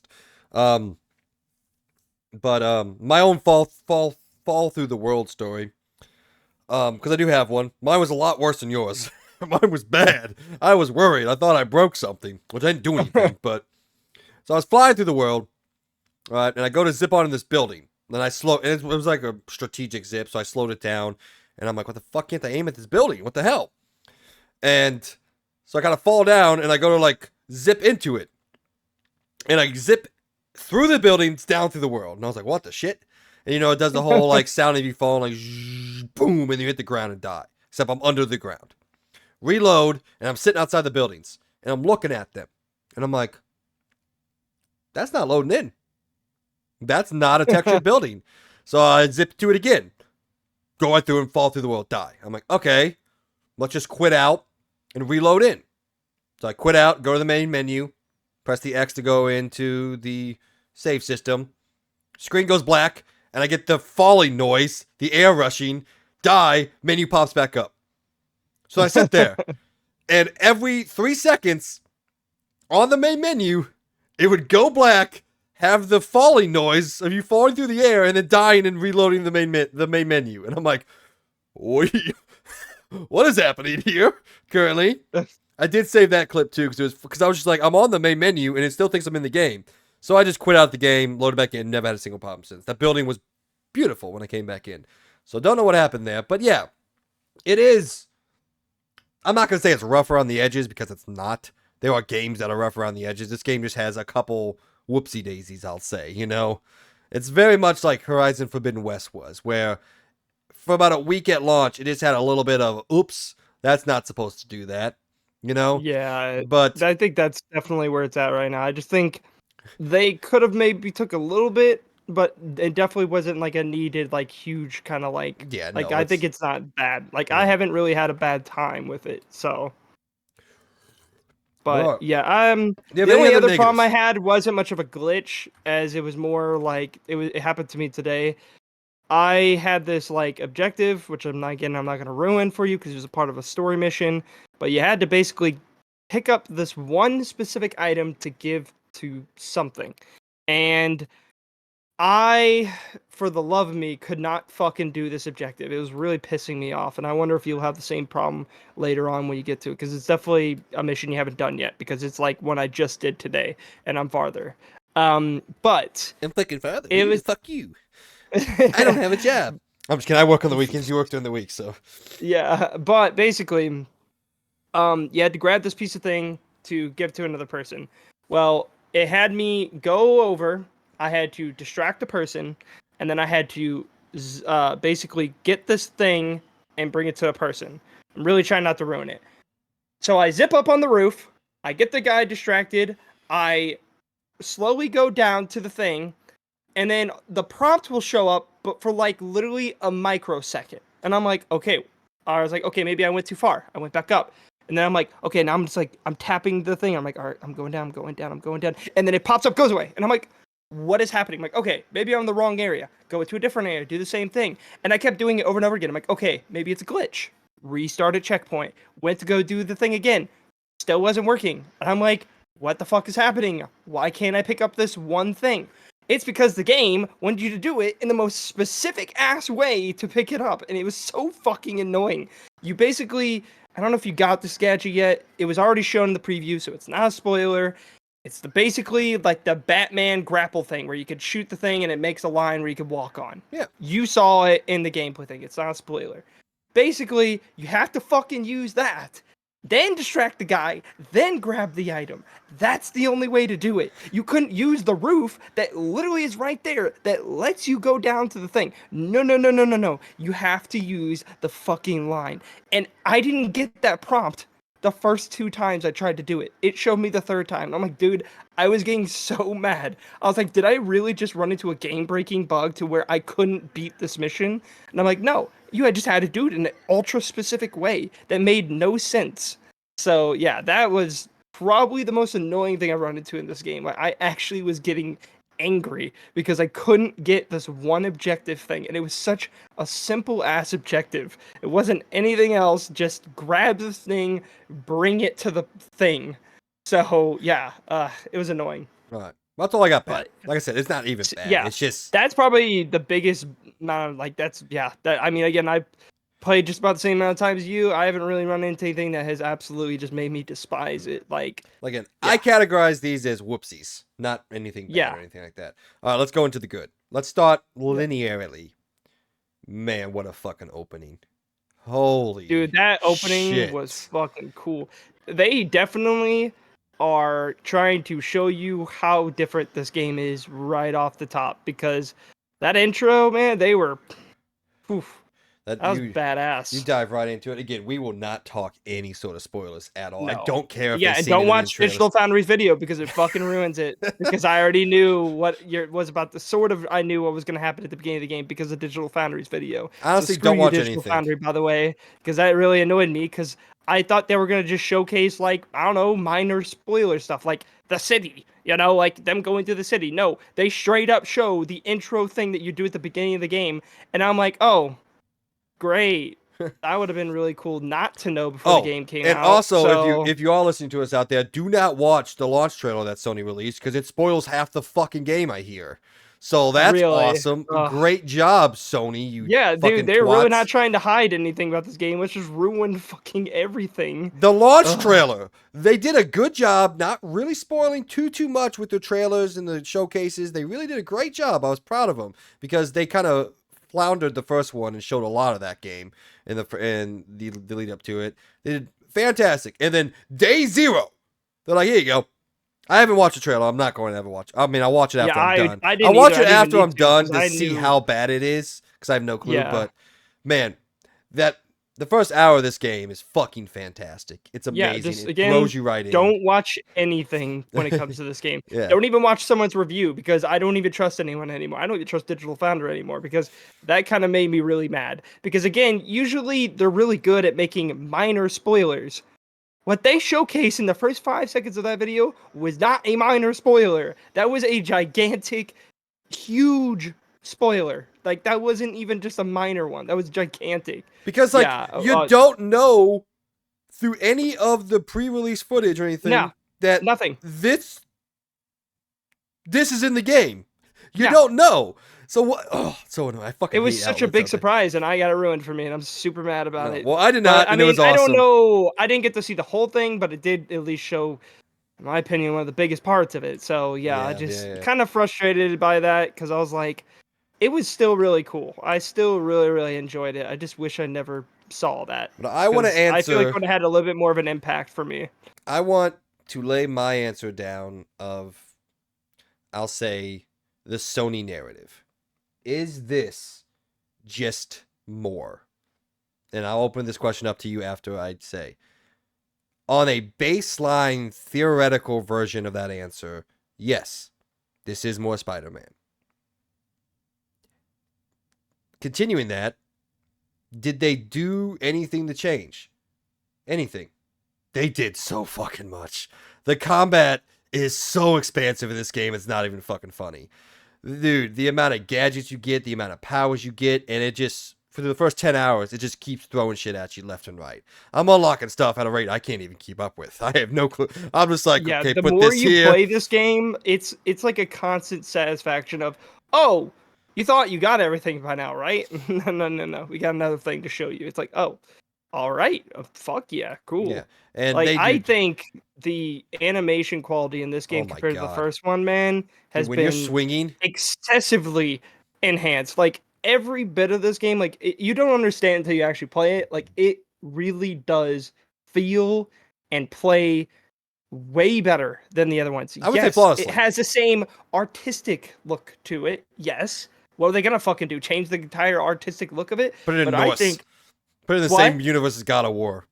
I know. I Like, think that's but what I people think want. I the have no clue. lighting, the texture work, the gameplay in general, the combat, the variety of gameplay. I mean, dude, it's been a constant addition throughout this game with also enemies. Like, Mike, you hadn't even seen the full-fledged amount of enemies yet. Like, they just keep giving you more and more different enemy types throughout this game, and it is awesome. I love that because it's like there's always something new to look forward to. And man, some of the fucking characters in this game, like I'll tell you right now, I think this game's like is definitely harder Oh, yeah, than the no, first that's one game. thing I'll say. I've died quite a few times, and I'm like, Yeah, yo, I'm good at Spider-Man. Why the fuck do I keep dying? You can take like 3 hits and you're dead. yeah, because it's funny because my brother's been playing this game too, and at first he's like, "Man, this game's kind of easy," and I'm like, "How far have you made it in?" He's like, "Oh, I'm only like a little bit in, like a little couple hours," and I'm like, "Yeah, you don't know yet. Like, just keep playing, because I'm telling you, this game makes you think it's gonna be easy at the beginning of the game. That's because it's a tutorial. Then you get into the game, and it gets pretty difficult at times. Like, Yeah. especially trying to remember all the different combinations, because I like to be as creative as possible Oh, with how I absolutely. fight Yeah. people. And man, sometimes it's like a lot, Yeah. but I Oh, love it though. it's definitely some finger gymnastics going on. Yes, it Yeah. is. But no, I love to make things look stylish. I could go in there and I could do it the most basic way and probably get past it, but that's not how I play these games. I want to look as cool as humanly possible, only for my own gratification. But yeah, man, the animation work in combat, the depth of combat already in the first, I'd say, third of the game is significantly improved. Just the traversal, obviously, we knew about the wingsuit, the spider wings, and everything like that, but I don't think you really understand how fun it is to just swing, activate the spider wings, glide, and immediately transfer back into swinging again. It is It is so fun. And yes, I feel bad for Insomniac because what they were able to accomplish with the fast travel system is ridiculously impressive and probably never ever there's never been another game do it as impressive as this game has. Why the hell would you fast travel this game? Yeah, I literally haven't even touched it. I will tell I've you, it unlocked is. fast travel points, but I'm like, why would you? No, It's see, so here's the much thing. fun traversing. It's not fast travel points. You unlock fast travel within districts, and Yes. wherever you hit the button in that district, wherever your cursor is on the map, that's where you travel to. And Huh. it's immediate. I would say it's literally immediate. And I know there were people out there that were saying, "Oh, the hiding a loading screen behind," because you have to hold the button down to fast travel. They're like, "Oh, Yeah. the hiding the loading screen behind the button." Then Insomniac responded, "They're like, no, that's just so you don't accidentally fast travel all the time when you're in the menu." Like we want to Yeah. make it so Yeah. like you don't hit the square button and immediately fast travel when you didn't mean to. You meant to hit X to put a point, and instead you hit square, so you just boom. We didn't want to do that. We just wanted you to have. When I talk about it's like a 1 second hold, that's what it is. And if they're completely lying, if it is hiding a loading screen, it's a 1 second loading screen. It's still ridiculously impressive. Yeah, I just want Yeah. you to just try it out. Just do it because I tested it out a couple times. And yeah, you just wherever your cursor is in that district, you hold square for a second or so, and boom, you're right there. Immediately. There's no delay. Yeah. God, dude. But yeah, let me tell you something. I was bringing this up earlier, but I'm going to bring up something again that I've seen some really bad takes about this game. already. Some really, really bad takes. I think the worst Question: one I do you saw want to today. save this till we get to the review roundup? Because that's our first thing on a roundup point. Okay, yeah, we could do that. Yeah, Okay, yeah, we'll because talk I've about. had some pretty, and yeah, probably some of these takes are just meant to get people riled up and all that. But I'm going to talk about it anyways Yeah, because yeah. it's Go ahead just and save them. it's fucking Absolutely. stupid, man. So But let's see. Let's let's. see. Combat. I want to talk. I I just was want to just talk gonna say, one more thing real go ahead. quick. Okay. Well, actually, we're about to talk about combat, so let me. I guess we can Well, I was transition just into going through the that. list of what we talked about. Combat, Yeah. massively improved. Traversal, which was already, I would say, best in open world class. What other game can you traverse like Spider-Man 2018? And is it as fun? Like, Yeah, I just love swinging around, yeah, man. dude, it's It's so so much fun. fun. Yeah, so combat win, traversal win. Let's talk about the third pillar. Well, I know you have a couple things to talk about, but we're gonna after Logan's done with combat, we'll move into the story so far, which, in my opinion, is another win. It was always going to be a win, so I'm not surprising anybody there. But go ahead and say what you want to say about combat before Okay. we move on. So yeah, combat in general, like I said, animation work has just been stupidly improved in this game. Like again, you really don't know until you play it because it literally like even when I watched even when I watched those first gameplay things where everyone was complaining saying it looked too similar, I could tell that like the animation work in this game has been way, way higher than what they did in the previous game. Just in general, the speed of your character, they are really showing that like they have more power now to work with. So you move like in that first mission in the game, you literally get thrown, and I'm not gonna say by what or anything. You get thrown across the fucking city, and it is the coolest thing I've ever seen. Like it is so seamless, and there are so many things in this game where you can literally just like go excessively fast and it feels so good. Like I Dude, already thought the the traversal in the first game was great and pretty quick, but this game it's like stupid fast how the you can freak get to places. the freaking dive swing, I do it all the time. I love the dive swing. Yes, Dude, it's so the fun. Yeah. yeah, dude, it's so cool. No, my favorite thing now, dude, is the fucking you shoot two things, you pull a back, and then fucking oh, dude, it's It's so awesome. good. It's awesome that you can do it from anywhere, and I was testing that. Yes. Somehow you can do it on water, which I don't understand. That I was standing Wait, on. have you done the super slingshot Yeah, things too? absolutely, yeah, Yeah, yeah, those are really cool yeah. too. But just But the yeah, simple act of like the map is expanded in a way like it's just not those two additional districts. It's the water, it's the bridges. Like I was swinging under the Brooklyn Bridge earlier, and I'm like, this is fucking awesome. I'm just swinging under this bridge, dude, and it's so cool. Like I think people just looked at it like, oh, so they added two new districts to the game. Whatever. It's everything connecting those two districts as well. The bridges, and the water, also the like boats. You yeah. can zip to any boat on the water. Well, also if you notice like when you're swinging on the water and you get too low, you literally start fucking like sliding on the Skating, water, yeah. and you can jump. It's so cool, man. Like the animations that they did to it. Also, in general, the water looks so much better now. Your character actually gets wet, which I don't know if you noticed that, but in the first Spider-Man games, even Miles Morales, you didn't get wet when you're in the Yeah, water. no. Your character actually gets wet. Also, wait a minute. I need to tell you one more thing that's really fucking cool about this game. When you get damaged in this game, your suit gets ripped. Oh, it's so Why not. was It's it not so in the cool. first game, dude? Because it's so cool. Because sometimes I get in the cutscene, like, oh man, I was just in a fight. Like, I look really fucking cool right now. Yeah. And it's any suit, anytime. It's not cutscene based. It's literally like you're playing the game, you get damaged, your suit actually rips in real time. That's fucking cool. That is awesome. That is what I've always wanted, like in these Spider-Man games, because that's how he is. Like when he gets in fights, his suit always rips. So like, where is that? I love that it's in this game now. Again, I think yeah, the new districts are amazing looking. It's really cool actually going around these suburban areas where it's not all just cities and skyscrapers. It's like actual like just neighborhoods and all that. I love it. I also think the lighting in this game is just well. Let me get the combat real quick. But yeah, combat just feels so much better. I think they added some really cool mechanics to it, especially the parrying mechanic. Very fun. It's Well, definitely a see, little tricky to get used to, I but wasn't gonna say the P word. I was just gonna say L1 when I talked about it, and I figured you well, would it's know. not that crazy of a They thing. didn't But I show just it think though.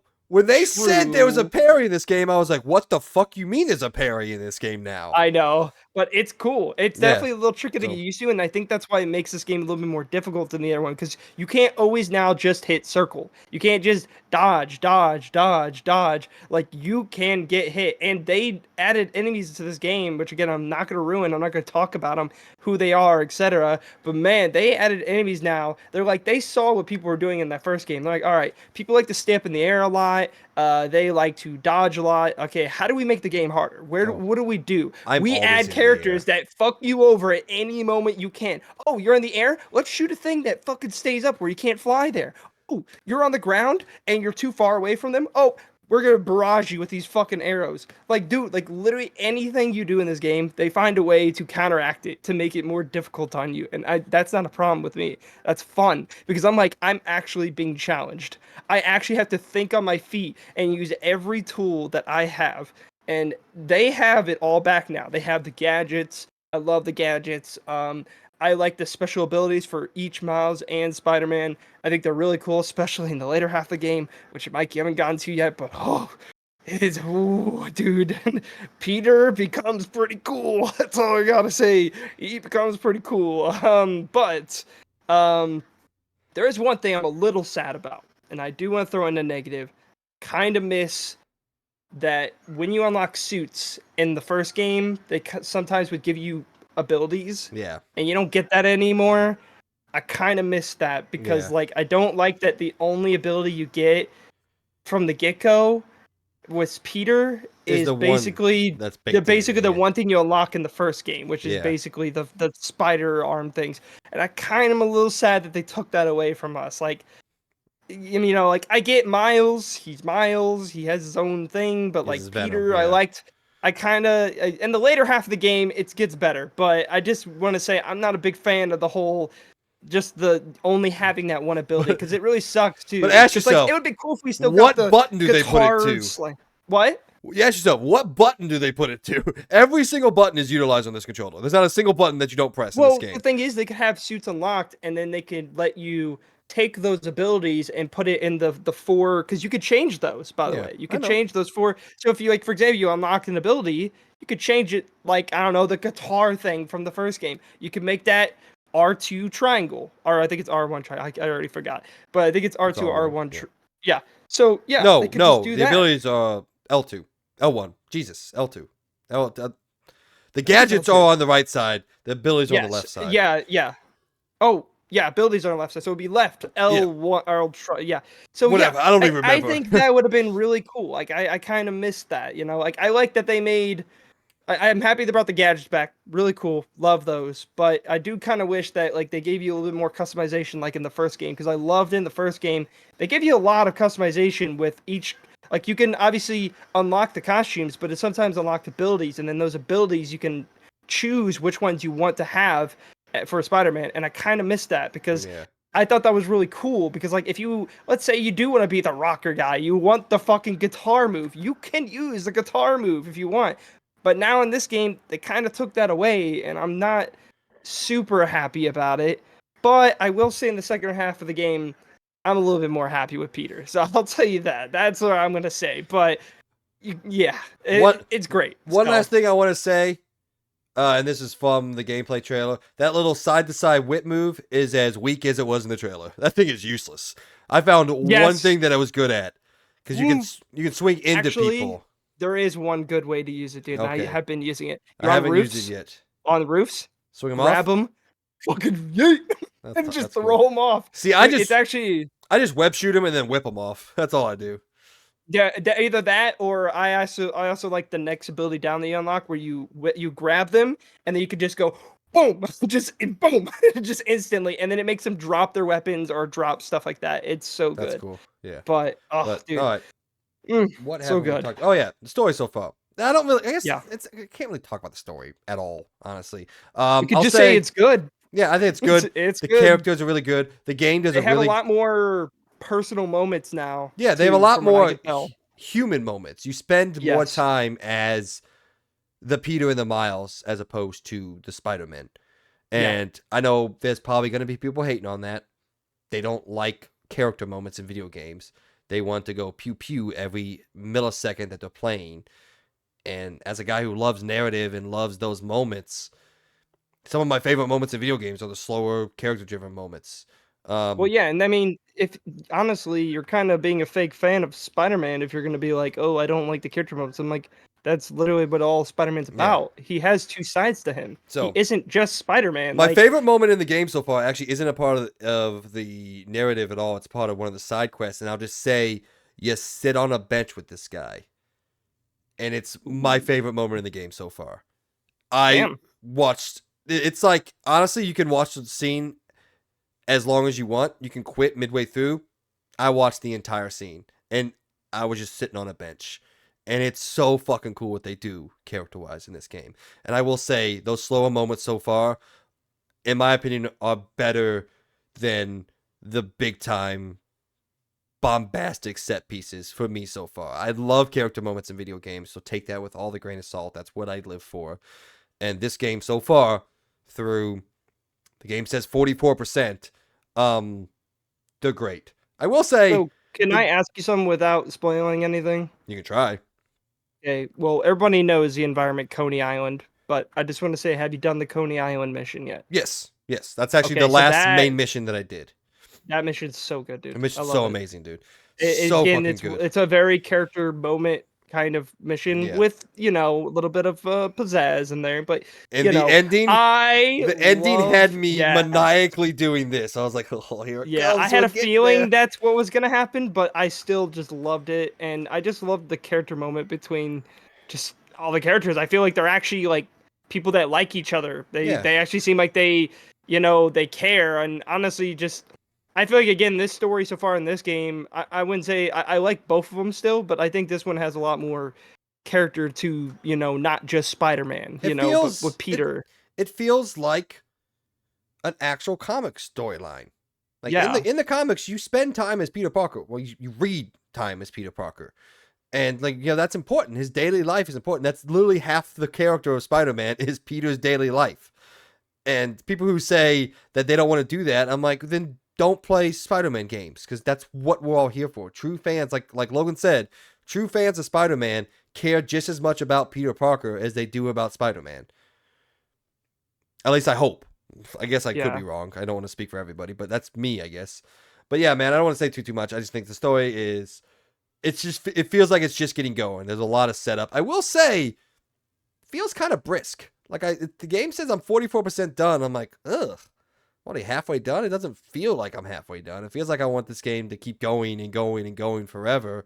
But then that'd be counterintuitive to my critique of the video game industry, where we make games that go in forever and ever and ever. So, Yeah. if they can make a tight 15, 20-hour story in a 30-hour game to complete, I'm not gonna lie, that's awesome, but I'm gonna want it to last a little longer.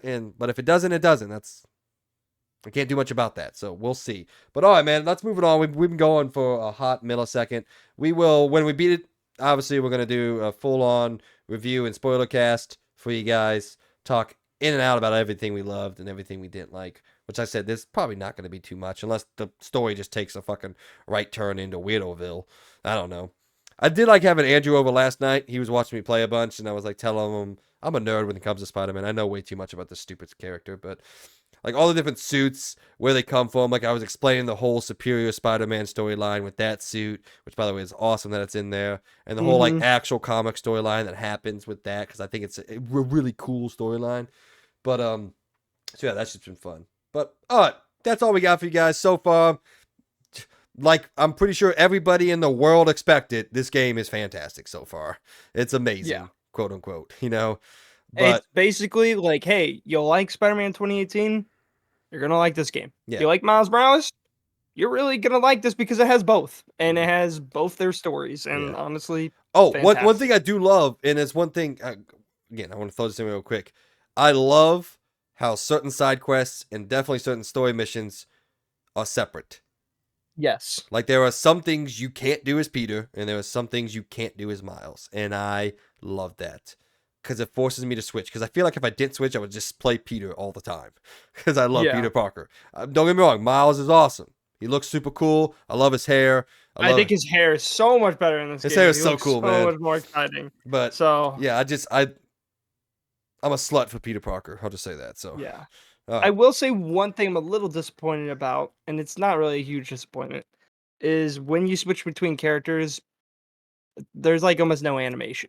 I kind of wish there Yeah. was. What's funny Like, when I you don't know, because there's one part of the game where they literally have like where Miles like, oh, I wonder what Peter's doing, and it fucking zips you through the city and it gets to Peter. And I'm like, why can't that just be the fucking thing? Like that would be super cool. I know that's a lot to ask for, but then if not that, then something because it's really boring because all it says is switching to Peter, black screen, cuts to them, then that's it. Like yeah. I don't know, do Which is something a little bit funny more because exciting. when you fast travel, there is an animation that plays.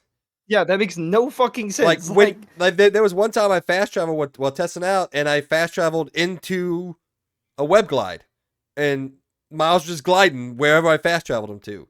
So that's a little odd, yeah. but honestly, we're reaching for straws here with critiques. Yeah, like Yeah, again, it's not a game break or you know, that doesn't make the game bad, but I do kind of just wish like they put all this effort in, all this animation and all this transition work, and then when you switch characters, it's the most boring thing. Like it's just switching to Miles, switching to Peter. That's it. that's all you That's it. get. Black screen, and I'm like, okay, Uh, cool. well, ladies and gentlemen, now we're gonna go to around the point. This is where we here at the Experience Point go around the video game world and give you the news that you need to know about.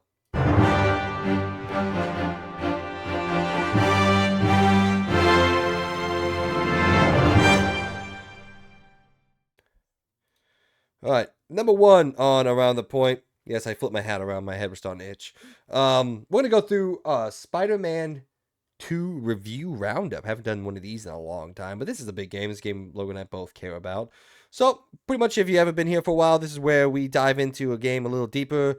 Tell you guys what some of the people around the internet are talking about, and well, some of the people around the internet are talking about this game. And Logan's got some critiques of critiques out there, which I cannot wait for because I love those. All right, starting at the top.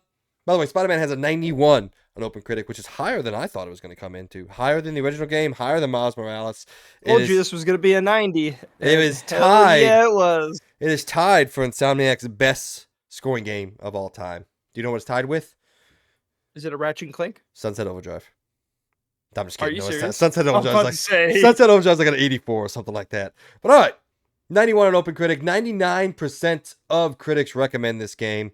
We're gonna get to the 1% that doesn't. Actually, I don't think it goes to 1%. But anyway, Games Radar Plus gave the game a 5 out of 5 and said Marvel Spider-Man 2 improves on its predecessor across the board while saluting the superhero genre over the last 30 years as a whole. With a captivating narrative and unrivaled spectacle, it's a quintessential superhero game in story and mechanical terms.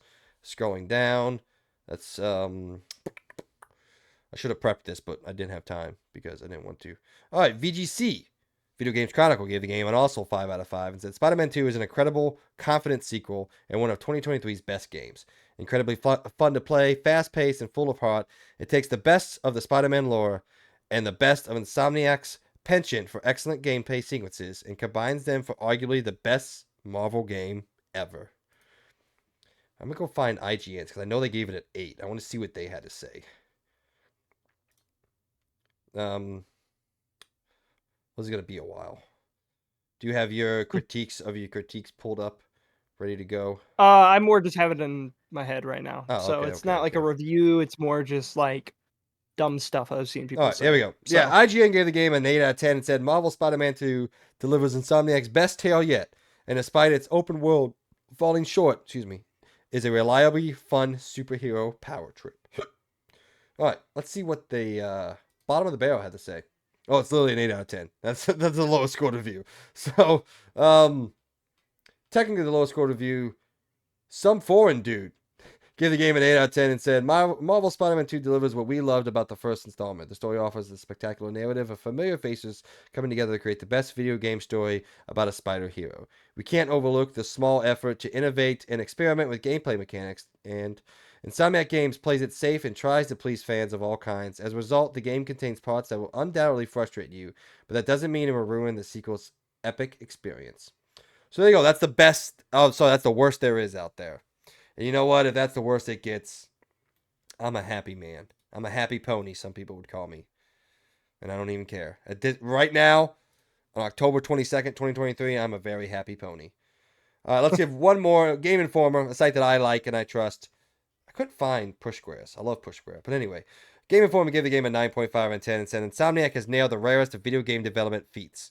The team has landed a trilogy of games that all stand strong on their own merits, but unite into a sweeping saga made better by experiencing its entirety.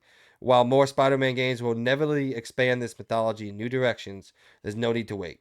With Spider-Man 2, the developer has found what makes superhero stories worth telling, and given its likable heroes the journey they deserve. All right. To sum up what we're saying, Spider-Man 2 is fucking awesome. And if you have any inclination to play it at all, whether that be to talk shit on it or to love it up for what it is, you bought it. Sucks to suck. You gave Sony your money. Deal with it, fuckers. Yeah. All right, man. So go ahead and talk about what you have. I'll try to find some bad takes myself as we're talking about this, but you go ahead and start it off because Okay. you have these preps. I don't have them prepped, so I'm just gonna Kind of prepped. I'm just Yeah. gonna let me just say Spider-Man 2 bad takes. Let's see what that has. Okay. So one take I ran into, I think the other day, uh, or maybe it was actually today when I was looking on social media, was this post that both Spider-Man 2 and Starfield are copy and paste trash, as quoted by some random guy on like Facebook or whatever. It was some random, I think it's like some, I don't know, I guess like they make a bunch of they write a lot of stories and stuff. But the fuck you even mean? First thing first, let's start off with the Starfield thing. How is that copy and paste? It's a completely different game. It's not Fallout. It's a completely different game. So let's start off with that. What? How is that copy and paste? And then, like, they clearly didn't play Spider-Man 2 because you're also saying that's copy and paste. Well, if they copy and paste Spider-Man, then why is Miles Morales in it? Let's start with that. Because if that was copy and paste, then why is Miles in it? I just want to ask that. Secondly, why is there a completely brand new section of the world if it's just copy and paste? Why is there a bunch of other things like new abilities, new enemies, new story, new all that? How is that copy and paste? Please just tell me, because like I want to know like what's your definition of copy and paste? Because it's pretty simple The what copy boat and paste animations in is. God of War. Oh my god. The fucking boat animations, dude. People were mad about Dude, that. that 0 out of 10. 0 out of 10. People were Both very mad animations are the about that. same. Oh, God, but actually, that's just here's what I want to do. This is gonna be fun. We love doing this off camera. While you're talking, I'm gonna go to Metacritic and look at people's responses to this. All right, go ahead. but yeah, Keep like going. I just think it's like super frustrating when people bring up like stupid things like that. Like you clearly don't know what you're saying, and you clearly don't know the meaning of what the stuff you're saying. Just like when people say like Starfield isn't an RPG, when it is. It is literally the meaning of an RPG. It is in every way an RPG. It's just not the RPG that you wanted. So what? It's like saying Spider-Man isn't a hero game because there's moments where you're not being a hero. So therefore, Spider-Man isn't a hero game.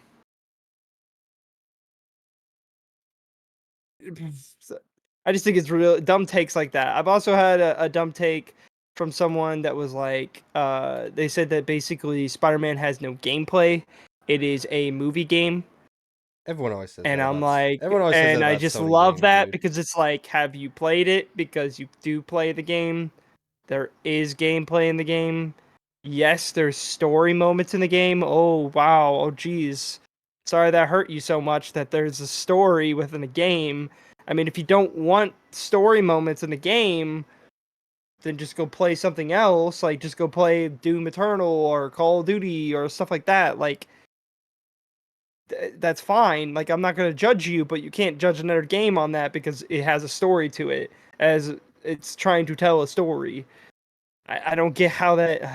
I don't get people, man. Here we I go. don't. I Here's a good don't. one. I get Zero it that you don't like a game, but I hate it when people make just things that don't make any sense. Like that's z- my problem. 0 out of 10. Here we go from Smashing Basil on Metacritic. He says just another Sony rinse and repeat walking simulator. Stop giving them money for the slop, and they might actually make something decent. It's a walking simulator. That's interesting.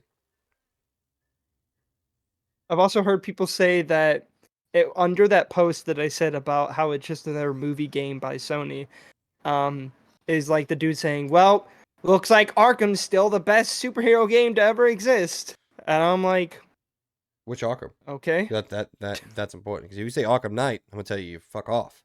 It's Arkham City. yeah, Arkham City's the best Batman game of all time. yeah, it's definitely the best Batman game. I definitely agree with that, but I don't think it's the best superhero game I ever played. No, this one is. But yeah, There we I go. know that just hurt a lot of people. Arctic Wolf 37 says another generic, mundane, safe, and mediocre Sony exclusive that places player agency, expression, individuality, and raw gameplay in the backseat in favor of a more cinematic, restricted, cutscene focused, heavily scripted, and pre-canned approach to the gameplay and campaign, all in the signature PlayStation style.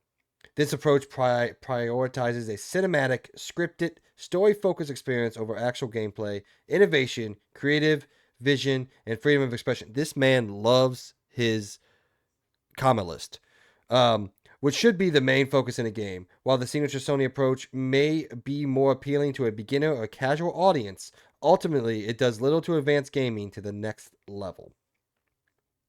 What level do you want to see that as? Call of Duty Modern Warfare 3? Is that the level you're talking about? I know. Yeah. Hey, what? Like, how is it? First of all, I'm just honestly, I'm just pushed back by like taking this that from statement. the Sony exclusive thing. This game is more gameplay focused and Than in most and of them, player honestly. agency. Yes, then pretty much all of them. This game cares. Yes, it's telling you a story and it has cutscenes in it. 0 out of 10. What But game do they play that doesn't have cutscenes in it? Like if they say like, "Oh, I like Halo," and I mean, I love Halo, but Halo has cutscenes in it. You know, Yeah. like I love Gears of War. Gears of War has cutscenes in it. You know, like what game with story in it do you not like? Like I just want to know like what is that game that you're looking for? Please give us an example. That would be nice because then I can understand your point of view because I don't understand what he's trying to say. Like he's saying that you don't have there's no gameplay, but then he must have not actually played the game because you clearly can play the game and there is freedom to how you take down some situations of the game. I could tell you that firsthand. I've done it myself. I played the game, but I understand there are some moments, yes, that are cinematic and meant to be cinematic moments. That I get that. That makes sense. Yes. But you're saying there's no gameplay and it is just a cinematic thing. That is wrong. All right. That is wrong. I have to give It's not that you don't like it. I get you don't like it, but you're wrong because you're saying there's no gameplay, but there is gameplay. So please define what is gameplay to you. I'd love to know. Please I have comment to down give, below. Comment down below. What is gameplay? I have to give everybody a headphone warning real quick because this user's review is written in all caps in this one sentence with 12 exclamation points. So, Oh damn! just be ready. Headphone warning. It must be pretty serious. Worst game ever. Hope everyone who plays this buggy garbage deserve to be burned by the eternal flame. Okay. Headphone warning. There you go. Hope Expound. Hope you get burned by the eternal flame. I mean, that's a good line. Not gonna lie, pretty good. Yeah. You know? Burned by the eternal flame. He likes The Witcher. Isn't that The Witcher? Yeah, it's The Witcher. No, it's not The Witcher. Wait, is it? Yeah, I'm pretty sure the eternal flame is from The Witcher. Uno momento. The Witcher, eternal flame. I mean, it is in the Witcher wiki, so. Yeah. The eternal flame is a symbol of hope, enduring the misfortune. Oh, there you go. It's a raving review of Spider-Man. He doesn't even know what the eternal flame is. Well, thank you so much. Yeah, thank you. I appreciate that, man. But here's the one from Reddit that I laughed at. I love Insomniac Spidey, but the lack of momentum from shooting out a web line after falling just ruins all the immersion and fun. I don't care what the excuse is. It's incredibly dumb. You don't get that in the Arkham games gliding around, especially at night. Launching off a rooftop high in the sky, dive bombing to gain momentum and hype. Not only is there nothing else like that in games, but it's very satisfying. Arkham Knight can easily stand side by side with Insomniac Spider-Man in terms of mobility, but there's a good argument that the gliding is better implemented than their web swinging. There's no momentum in this game. That's interesting. None. Silch. That's interesting. It's definitely as slow as Batman. That's for sure. Yep. People are dumb. But anyway, Again, guys, we're not hating that people don't like the game. Like, it's fine. If you have a good point, understand it. I'll Like, listen to let's it. Yeah. say there is not enough gameplay. Okay? There is gameplay, but not enough gameplay for you. That's a good statement. That's your opinion. Makes sense. But to say that there is no gameplay, that is wrong. To Well, say that there is no fast movement in this game is wrong. Like, it's wrong. Yeah. Now, you may not like the swinging in the game. That's fine. I don't But know how. to say Don't know that there how. is no momentum, then you're wrong. You know Because that that's the whole point of Spider-Man. there's He a moves fast. there's a He's slider. fast.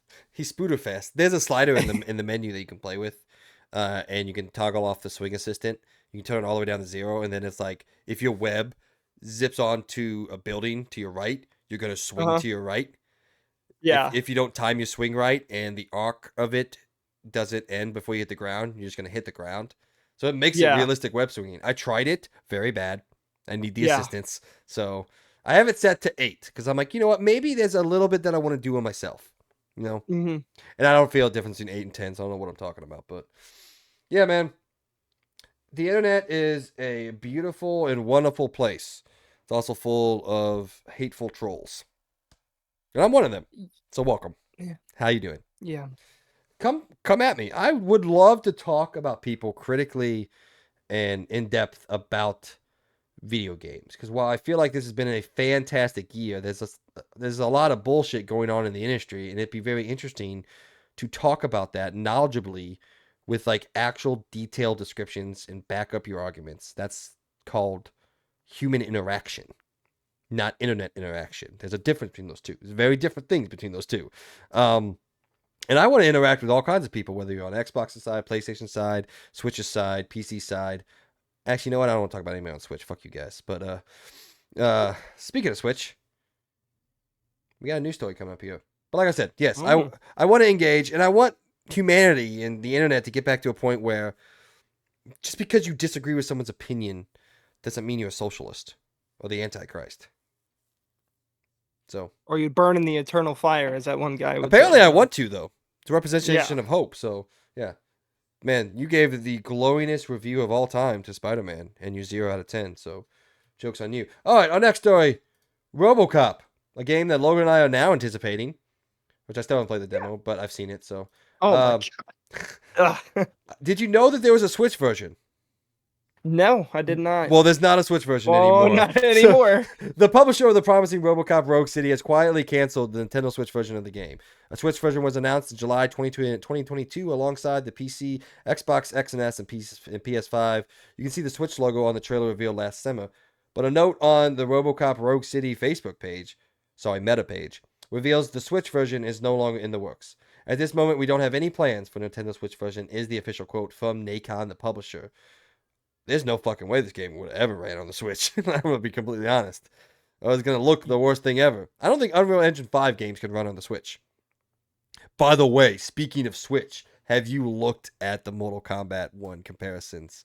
Holy shit, dude. That is brutal. I thought there was no way it could be as bad as people were talking about. Well, did you also see that, like, when they first released it, they somehow, it was like technically, I think, like a PC port that brought the Switch, and it still had Steam achievements unlocking through playing the game. That's fucking hilarious. Oh my God. Because that is bad. They didn't want to make an actual Switch port. So what they did is they took the Steam version and turned on potato mode. Yeah, that's what they did. And I can tell it's funny. Potato mode because, oh my God, it is awful. Like, yeah, it's rough. Dude. Hey, at least you know what? I gotta give them one thing. It does run pretty good to 60. It gets in that 60 FPS mode. Yeah, so that's impressive. There's just no dude. Look at the lizard. Not the lizard. I forgot what his name was in the game. He has no textures. Not a single texture on that man. It's just a color blob. That's all it is. It's color blob the character. Sounds like a really bad cartoon from the 80s. But yeah, man, it's funny. All right, you have anything to say on RoboCop, other than the fact that we are excited about it? Yeah, I mean, yeah, I'm pretty. I definitely went in with very low expectations because usually these type of games just aren't good. But I tried the demo. and it looks good. So yeah, I'm excited. I'm very interested to see how good it is. Again, we'll see on the price tag. Also, I'm gonna wait for reviews because it's $50 right now, but it really just depends on how long the game is gonna be, and also just is it gonna be good? Is it I gonna be mean, fun for as long in the a long game? I don't know. yeah, the developer said it's 20 to 30 hours, and I'm like, that feels too long for this game. But we'll see because there is a lot of choice making already from the demo, and we'll see how well that works out and how well it's implemented. Because if it is very well implemented, then it could be a really good game. So we'll see. Like maybe there's this aspect that you drive around the city in the infamous police car that he drives and all that, but I don't know, 12 to I can tell 30. you no on that immediately. I can tell you that ain't gonna be in it. So But then how are you gonna make this game 20 to 30 hours? Dude, we're talking about longer than BioShock, which is one of the longest first person shooter games. Like strictly first yeah, person narrative driven shooter games out there. Like, dude, I beat Immortals of Avium and I thought that was long. And that was like 15 hours. And I thought that was I mean long. that's fair. And that's a game that you move quickly through. You definitely don't move quickly in Robo-Cop. Not a very fast, almost a human being, robot. So I don't know. We'll see. If it is 20 to 30 hours, I'm not gonna lie. I'm probably not gonna play it. It just feels too long for me to play something like that. But I Well, guess you also could be thinking that there are side quests in the game yeah, too, and maybe. maybe they're adding that as a part of it, which I do think so far from some of the side quests I've done, actually pretty cool. Like again, they're very optional, but they're actually kind of like you have to actually do multiple things within the environment. It's not just go here, do that, done. Like there's a lot more going on and a lot of like semi plot twists to one of the things I did, and I'm like, this was kind of cool. Like obviously it has its problems, and also just know people when you get into it, it's a double A game. It's not a triple A game. It's not made by a Which can huge I studio. say? I'm glad that they're making a comeback. I miss double A games. We Me too. had we had that Maneater game, which I know you never played that Shark game. That Shark game is fucking awesome, I dude. never did, but I it looked cool. I It remember is cool. watching you play it, and I thought Yeah. it was pretty cool Then looking. you have Immortals of Avium, which I guess isn't fair, but it feels like a AAA game. But I mean, it feels like a AA game, but it really is a AAA game. Then you got like RoboCop coming out. There was that Sony published game, which I guess again doesn't count, but again it feels like a AA game. I don't know. I miss it. Also, weirdly, I miss movie tie-in games. I don't know why. I miss them, dude. I kind of wish we had like a Batman v Superman movie tie-in game that was just That dog would be kind of shit. cool. Like you remember Batman Begins? Not a great game, but fun as hell to play. Dude, do you remember Wolverine? Yeah, well, The okay. game that literally tied in with the movie that no one liked, but then the game actually ended Well, up yeah. being better You're than talking the about an actual movie. good game. I'm talking about the games that Like, aren't that great. Like, that's dude, fair. But like Captain that America: game, The I First still Avenger. was so surprised by that game because I actually did play that Wolverine game and it was fucking awesome. I Yeah, loved it, man. dude, It's so good. Sega needs to stop making them again. Like back in the day, like the whole people forget a whole of Phase One of the MCU has a movie tie-in game other than the Well, dude, yeah, Avengers. I even loved a lot of the old like Disney games. Like I liked Ratatouille. I had a good time with that game. It Yeah, was fun. It was a good time. don't go back to play It the was a Lion King. platformer, but it was fun. I don't know. It just went with the movie, and it was cool being able to play through the movie. Yeah, it may be not a super high rated game, but hell, dude, I would if it's like on sale, 30 yeah, I'll bucks. buy it and I'll 30 play it. bucks. Yeah, or if I Yeah, can rent it, or if it's on yeah. Game Pass, whatever, dude. I'll pick it up and play it. I love them. I do miss movie tie-in games. I understand. They are they're like a fast food, you know? Like you're going and you're getting some McDonald's. That's what a movie tie-in game. Yeah, Amy has Ratatouille. Do you have the disc on you right now? Oh yeah, we have Ratatouille actually on the That's awesome. PS2. But dude, I just miss those things. Like I also Cat in the Hat. I play Cat in the Hat. The Jim Carrey Cat in the Hat movie tie-in game. Loved it. It was a good time. Or how about the B movie game? Do you remember that? Oh my god. The B movie game. I played Barnyard game. I think I played it on the DS and it was really, really fun. It was kind of cool because it was like this sim game where you had to like go and do jobs and get money to build up your barn and all that. I don't know. There's like a bunch of these weird ones. Also, I like the Iron Man games. Like I played Iron Man 1 on the PS2 Okay, Iron and Man I 2 had a lot of fun sucked. one. Iron Man 2 sucked. The first Oh, one's Iron pretty Man 2 good. sucked. But Iron Man, Yeah. the original one on Here's PS2 is one. cool. Here's one for your wife. PS2. Okay. Oh yeah, Amy. See this? He's got the Chamber of Secrets, Heck yeah, I've got a few of those. And then there you which I think go. that's known to be the best one. I think. Oh, dude, Still yes. I sealed. kind of want to borrow the. Oh, never Still mind. It's sealed. sealed. I Yeah. was gonna say I would like to borrow it, but I'm not I mean, gonna I don't open care it up. opening. No, I don't give a shit, dude. It's fine. I do want to play that game. Oh, that'd be cool. See, I want to get my thing right now is I want to get like a PS3 so I can go back and play a lot of the games on there. And then also just to now that I still have my PS2, I would love to go get some games. I want to get the Punisher, man. Here you I go, Logan. love the Oh, Punisher's Punisher good here. game. This one's for you. I mean, it's a red What? box, which I'm annoying. I know. I know. I need to get the Punisher game though for the PS2. That'd It's be oof. a red box game, so I know it immediately sucks for us. But this is the very first one. Yeah. Dude, no, I love that game, dude. I love that game. Look at the old Ubisoft logo. It's so gross. Oh, oh my god.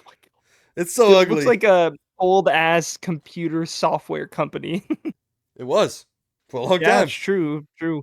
Yeah, dude, I love that game, dude. I used to play a game all the time at like my friend's house. We would play there was like this like terrace hunt-ish mode where you can like go to like these multiplayer maps and like they'd put a bunch of AI enemies on there and it was so cool, dude. It was awesome. That and Advanced Warfighter, which is funny because I never played Advanced Warfighter on the 360 and PS3. I actually played it on the original Xbox and I loved that game, and it was a completely different game than the Advanced Warfighter that everyone knows on the 360 and PS3. That's probably the most well-known version of that game. For me, I played basically the version which is a lot like that game you just showed me, the Ghost Recon, where literally there is no gun showing up, it's just a crosshair. And I still loved it. It was so good. It was so much fun. I thought I What do you had look it, for? but oh, I have. Oh, I have Ghost See, I need Recon. to also borrow God of War 1 and 2 from you so that I I've can play it on the PS2 since I have the PS2. That'd be fun. I have Ghost Recon Future Soldier and not Advanced Warfighter. I'm like, I know I got a Ghost Recon game back there. Dude, I miss Yeah, Ghost Recon so much. Not me too. Wildlands, not any of the new ones, but Well, I liked Wildlands. it's okay. Breakpoint, not so much. Sound, Breakpoint just sucked. that was a surfing movie back in the day. All right, Breakpoint? That makes sense. That it sounds like was. one. It was a Keanu Yeah, Reeves movie. I believe you. No, that's Point Break. You know Fuck, what? that's Point Break. I know Sorry, I'm this is a sorry. weird thought. What other thoughts do you have? I had a weird thought. They should have fucking put Japanese Spider-Man suit in the Spider-Man game. I want to make a petition. Bring Japanese Spider-Man to as a skin. I would love that. Wait, from Have you ever seen Japanese Spider-Man? hold on. Fake fan. Yeah, no shit, right? I may have seen him like It's really, really, really oh cheesy, but it's the TV amazing. You show. can actually watch the entire thing. It's free. I thought Uh, you meant like from like Spider-Verse Japanese Spider-Man. no, no, no, Oh no, yeah, of no. course I've The seen the fucking Japanese animated show. Spider-Man, Yeah, dude. yeah, yeah, yeah. Please, we need to make a petition. I want that skin in Spider-Man 2. I want it. This is it's a phenomenal skin. I would love that. This is a quote from a comic representing the series. Spider-Man says, "I am the emissary of hell, and I shall fight the great evil for the fate of all spiders." Yeah, no, I thought you were talking about like Spider-Verse. Pulls Like I out a don't. gun, I think one episode shoots something. It's so good. Anybody just go look up like there's like little clips on YouTube, and then also obviously you can watch the entire thing for free. I think it's just free, by now, but just go watch it. It's fucking hilarious. I Uh, love it. I haven't I seen the wish it whole was a thing. skin I haven't seen because the that would whole have been thing, but so cool. I have seen some of it. I thought you were talking about Spider-Verse stuff. I'm like, there's a No, Japanese no, Spider-Man no. in I'm talking Spider-Verse? about the Japanese Okay, Spider-Man. okay, I got you. Yeah, yeah, yeah. All right, man. Let's keep it moving. Next up on the docket, because it's actually a docket. I learned that. It's not a script, technically. It's a docket. But you remember a little bit ago we talked about the Iron Man game coming from EA Motive and what we wanted from it? Yeah. All right. Well, we've got a little bit of update on it from EA Motive. The game is being built now in Unreal Engine 5, which I think maybe we already knew. But this is what are Sorry, I'm you turning doing? this off. Okay. Sorry. This is what EA Motive had to say. They said, "We're still in early pre-production and taking our time to make sure we set the best possible foundation for development. But already we're finding so many opportunities to explore story, design, and gameplay with Iron Man, and it's exciting to see the fantasy start coming alive." Are you excited about EA Motive's Iron Man game? No. That was not the answer I was anticipating. Really? I don't trust them, so no. You don't trust EA But Motive, the people who made Dead Space Remake? and Star Okay, Wars never mind. Squadron. I changed my answer. Yes. I was like, they Okay, I made. forgot who they were. So, yeah, no, okay, yeah. Though the only thing is, I really do believe Iron Man needs to be an open world game, and I don't think they've ever made an open world game, and that kind of scares me because the thing is, like, I don't like Iron Man to just be like, oh, he could use his boosters and hover. I want to fly as Iron Man. I want a big environment to where I could fly as Iron Man. And if I don't get that, then I don't really feel like that's a good Iron Man game. I'm just saying, like, I want a good, solid Iron Man game where you can actually fly a solid distance. You're not just hovering, you're not flying a little city corner like in Avengers. Like, I want a legit Iron Man game where you are in a huge environment fighting things, and that's what I want. I hope that's what we get.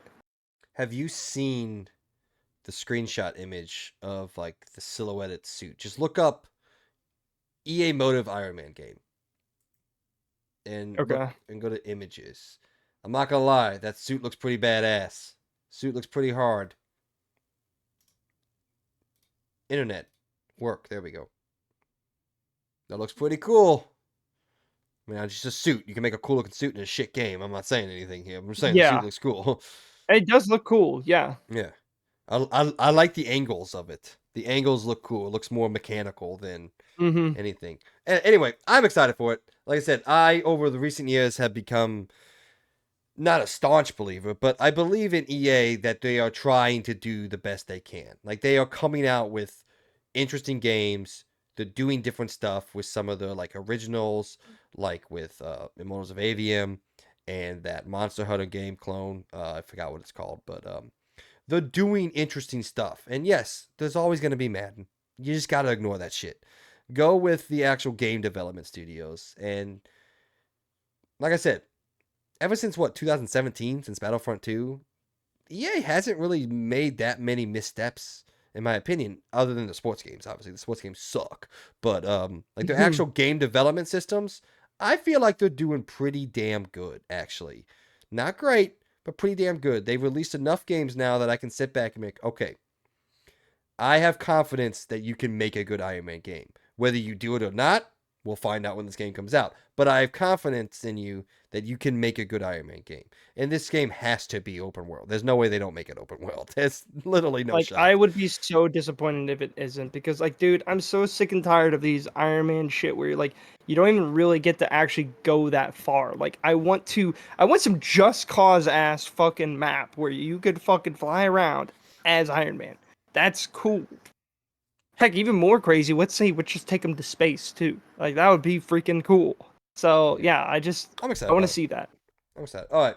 Well, that's most of the actual fun / interesting news stories that I had for you, but we do have a couple other things I just wanted to fill out the show with.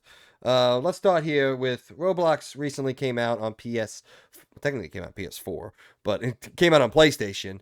Yeah. And a analyst over at Socanas, which also is formerly known as the MPD Group, which Socana is the worst name of all time. I have no clue what that means. MPD Group is so much better. Anyway, they have an engagement tracker detailing like how many people play the game and how much engagement it is. And it was ranked third of all PlayStation players since the time it came out in this past week. The only two games ranked higher, unfortunately, are Call of Duty Modern Warfare 2 and Fortnite, which is annoying. But here's the little fact that blew my mind. On a September 15th post from the official Roblox account on Twitter, says X, but Logan, I need you to pay attention for this. I'm paying attention. Don't worry. On the daily, an average daily number, more than 65 million people play Roblox. Jesus. I have said this time and time again. This is the biggest game that I have no fucking clue what it is. Wait, you never played Roblox? No. I don't Really? even have an idea of what it is. Really? The only thing I know is it's a game where you can build shit in. That's all I know. It is It's a cooler version of Minecraft as far as I'm concerned. mm, You're a bit off on that, but I'm you're sure I was. close. Actually, You're I a bit think I'm close. joking. What I know of it is a much more accessible version of Dreams. I think is a more apt description. Yeah, yeah, Yeah. that's actually a little bit more what I would say because it has a lot of really cool shit that people have made themselves, and it's a pretty solid game. Like I know it's a kids game, but I have tried it out a couple times. It's kind of cool. Like there's a lot of really cool shit that people make on there. Like that, I honestly, if I went back to it, I could probably find some really awesome stuff to play. Like I played a lot of different like people making Call of Duties in it, and it's very impressive. I've seen like Attack on Titan. I've seen like a whole thing where you could play Attack on Titan, and there's a whole ranking system where you level up the more you play, and it's actually pretty well done. Um, there's like a lot of like fun little mini game things you can play with friends. Like I did like dodgeball. I've done hide and seek modes on it. Again, it's kind of like Gary's mod in a way. It's kind of like the new Fortnite thing that they're trying to do now, where they're basically trying to. It seems like they're trying to compete with Roblox with the whole creative thing they're doing. It's like Forge from Halo, where Halo is kind of doing that too. Which, by the way, I don't know if you've seen anything they've been doing with Halo lately, but they're doing some pretty cool shit with Infinite, and I'm like I can actually kind of say interested to try it out now. with 100% confidence, I don't pay a single fucking second of my mind to Halo, brother. I'm sorry. I still want to do the co-op playthrough. When? Not in 2023. But I still want to do a co-op playthrough of Halo Infinite because I've played all but 5. And technically I haven't played Infinite, but I've played all the other ones. So I know what they are. What do you do? Are you cleaning up right now? Oh, you're picking up a cat. The cat, he's dark, so he looks really dark. That Say seems hello. that seems racist to cats. I don't know how, but it seems it. Is that like Sabrina, the Teenage Witch's cat? What was his name? Kind of. I used to love that show. Mostly because Sabrina was hot. Still is hot. He did not like that at all. He's a cat. Um, They don't like yeah, I anything. What are know. you talking about? All True, right. true, true. Did you hear about the apparently there is criticism on Roblox for fostering a world in which kids scam kids while the developers profit from their labor? What's that about? Do you know anything about that? Yeah, there was some people out there scamming. Kind of like how CS:GO had their whole skin fiasco. No, not a There's clue. like a thing. Really? I don't pay Oh, attention to this corner of the okay. gaming world, dude. I Well, that really was a don't. while ago. Oh, Because there okay. was a whole gambling thing with CS:GO skins and people, YouTubers specifically that said they didn't own the website. They said they were sponsored by it, but in reality Oh, I remember they that. owned it. Yeah. Yeah, yeah. Kind of like that basically. There's a lot of people out there. There's even some YouTubers that play Roblox a lot, and yeah, they're scamming other people with the whole, again, gambling and all that, and trading and stuff like that. What a surprise. I mean, money make money, I guess. Uh, Can we just there should be no exchanging of money through the players of games. The only exactly. exchanging of money should be with the developers, which I know the developers aren't any better than the gamers, but it just feels wrong when you open up like my ability to go make money off of video games and kids. You know? Like I remember there was this whole RuneScape thing that our old friend Logan used to do, where He still does. I'm sure he does. The man I has asked him about it and he's 7 like, "Yeah, I years still of do." gameplay where he like does something in the game and then sells it and then transfers that for cash. I don't understand a fucking second of RuneScape. No clue. This No, I man, don't either. this man used to always call me over while I'm playing Horizon Zero Dawn, and he's like, "Look at this tree I'm chopping." And I'm like, "Cool, bro. I don't know what this is, and I don't care." Legan, you're a great friend. I liked living with you. You were fun. No fucking clue, and I never will care about RuneScape. I'm sorry. I know you still want to be on the show to talk about it. We're still trying to figure that out. I don't give a flying fuck about RuneScape, man. I apologize. I love you, but I apologize. All right, let's keep it moving. How about that? Yep. Roblox, I don't understand you, but 65 million people a day is the most ridiculous number I've ever seen. So here's a news story that popped up today of all time, today of all days. I thought this could be interesting, and I have some theories on what it could be.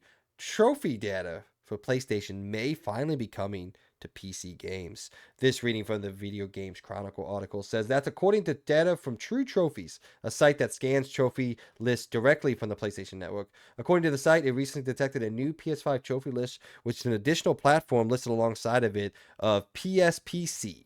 The list in question reportedly isn't attached to any particular game and appears to be a test. It's claimed that the PSPC platform listing refers to new platform separate from the PS5. No shit.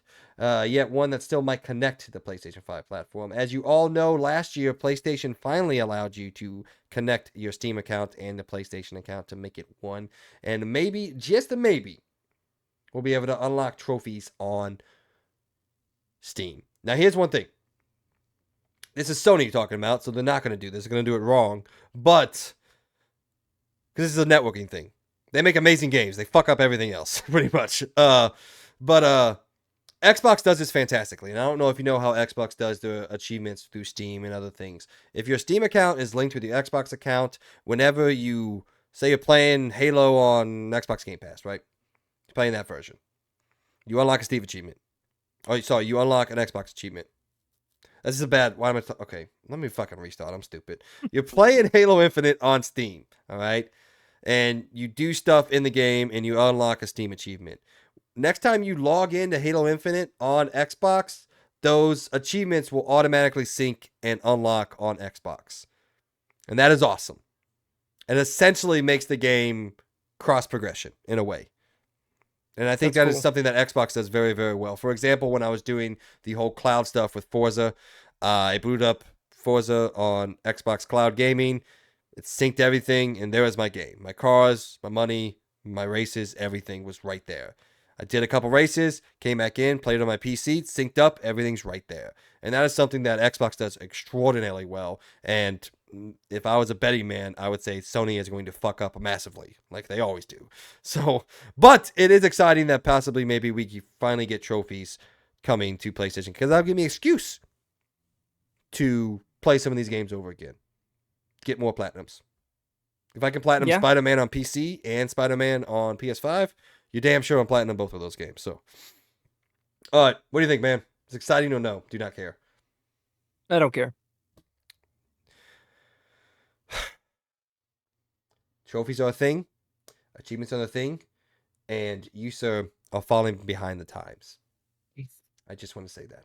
You don't understand. I know they exist. I have no problem with them, and I understand why people like them, but I don't play games for the trophies. I play games to play the games. I play games for the games. I don't play it to make myself have some kind of chore where I have to fill out this list and get all these things to get a trophy that, I'm not going to lie, Mike, no one cares. I'm sorry. Some people do. No one cares. Now, there's okay, first of all, there's one way. Step the fuck back. All right. There are entire communities dedicated to trophy hunting, so you can fuck off with your no one cares, all right? Don't give a shit about your Patagonia hat. That's what no one really cares about, all right? But I do say there'll be only one way they can get me to care about trophies or any kind of achievements, is if they bring back PlayStation Home and they fucking let you show That'd be amazing. Your fucking trophies. Actually just show it to people, because it's so lame to just, I click on your profile, I see you got these trophies, cool, but if there was a way you could show me you had the trophies, maybe you can have your own personalized environment, cool, then I actually get to see it. It's a little bit more impressive in my opinion. But that's why I don't care about trophies, because it's like, cool, it's a stat on my page, that's it. Dude, I will tell you something. Cool. That I firmly believe in. Mm-hmm. PlayStation Home was so far ahead of its time that if it came out, let's say in 2020, would have been a fucking massive success for PlayStation. Mm-hmm. But it just came out too early and no one understood it. Dude, I miss it because I actually did play PlayStation Home on my brother's piece of PlayStation 3, and I loved it because it basically was VR chat in a sense, like how people love that for VR, and that's basically what it was for PlayStation. It was really cool because Xbox and PlayStation were doing some really cool stuff at that time, where they were trying to make mass groups of people kind of hang out. Like Xbox didn't have a Xbox Home, but they did have like the 1 versus 100. They had a bunch of these things with avatars where they got them all together to integrate the avatar system. And I kind of wish, it didn't die. Or maybe if it did die, which I mean, no, it did die, but I'm saying maybe they thought about it and they're like, okay, how can we do this? Or now, since there are people that would love that kind of thing, bring it back. I don't Yeah, know. dude, I would love for something like that because I would actually interact with that quite a bit. can you Because imagine? then you can hang out with people. If you want to play Call of Duty together, maybe you can go to like the portal, kind of like they did with PlayStation 3, where you can go play specific games with friends. Like you can invite them, and you'd be actually there in that space hanging out as these avatars that you created, and then you can go to the gaming area and actually go to the game together and play the game. And That's fucking cool. here's one thing that people forget: you could watch people play games in Yeah, PlayStation Home. Can you imagine that's cool. if they came out with PlayStation Home and they made it like when you could play it on your PS5 and you could play it on the PSVR 2, and that was like the base for PSVR 2, like the home gathering. Dude, I had my whole fucking apartment set up in PlayStation Home. That's what I'm I saying. had It TVs, would I be had so. sofas. And I get it. They had to make money, so they have microtransactions. They make money. Perfectly fine. Respect. Yeah. Understand it. But then also have things where if you play games or you get certain trophies, again, this is about the trophy thing, you can unlock stuff if you play certain games and you unlock trophies for it, and then you can get those items in the actual home thing. And again, show it to your friends. And then maybe at nights when you're all hanging out, maybe you guys can all go to your apartment that you made. Maybe you can have like add little arcade games or events. Like they added bowling in home. I remember that. They had a Yeah, that's bunch of cool. little mini Yeah. games. Again, home was just way too far ahead of its time because I really did like home, and then it died before I really got to get into it that much. And I didn't really own a PS3 myself. And so I really wish they brought it You want back. to something I funny? really do think nowadays, obviously, don't make it the home, like where when you click on your PlayStation, that's the first thing you get into, because then people will get annoyed, because especially if it adds loading and all that. Have it as a side thing, but have it like a obviously something you download on the side. But I do think a lot of people would still want to go to that. It would be their way of going and hanging out with friends. Make it this portal to where not only you have your own environment, you have these areas where you can go shop, these areas where you can meet new people, but then you have the mini games and all that, and then like you said, you can watch people, just anything. They could do so many things with that. They Yeah. can have like little theaters where you can watch new trailers for games. Like they could basically do, how I said with the whole PlayStation event where they do that. Maybe they can have all the people get on home around that time, bring their avatars there, and go watch their showcase there with all their friends. Dude. I'm thinking ahead of time, dude. You're I'm just saying, like, it's so cool. It's a good idea because you I are love that stuff. you are tickling my ball sack, sir. Yeah, That dude, I wish sounds that was a so thing. good to be true. It is. I mean, what's funny though is PlayStation Home technically still exists. There's actually this group of essentially the modders that have Hmm. kept the servers alive. You have to jump through a couple hoops to be able to get into it. But I remember, I don't know if you watch Mystic. He's a PlayStation YouTuber, but I think so. yeah, every once in a while he does like exploring old PlayStation games. Like he goes back to some of the old like PS3 Call of Duties and Yeah, just talks with some of the people that are still playing it. Like World at War was one of the ones he did recently, and he still talks to some of those people. He went back to Mod Nation Racers recently. That was crazy. And there was like two people playing it, and he just talked about like why they play the game, and those are the only two people that apparently play it. And yeah, man, he went back and he actually interviewed there's a whole video. He like had this long interview with the guys who are still trying to keep PlayStation Home alive.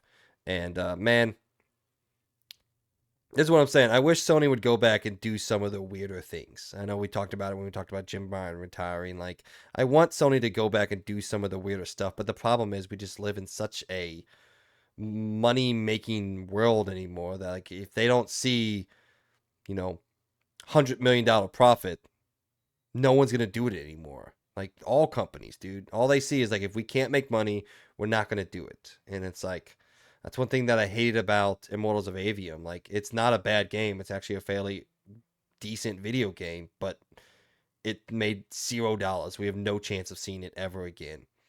And shit like that sucks because like that just leads us to getting more and more cookie cutter copy and paste content. And that's not what I want the video game industry to be in. So, I don't know. I'm preaching now. What's up? You have this weird look on your face. Sorry, no, I was just looking at some stuff.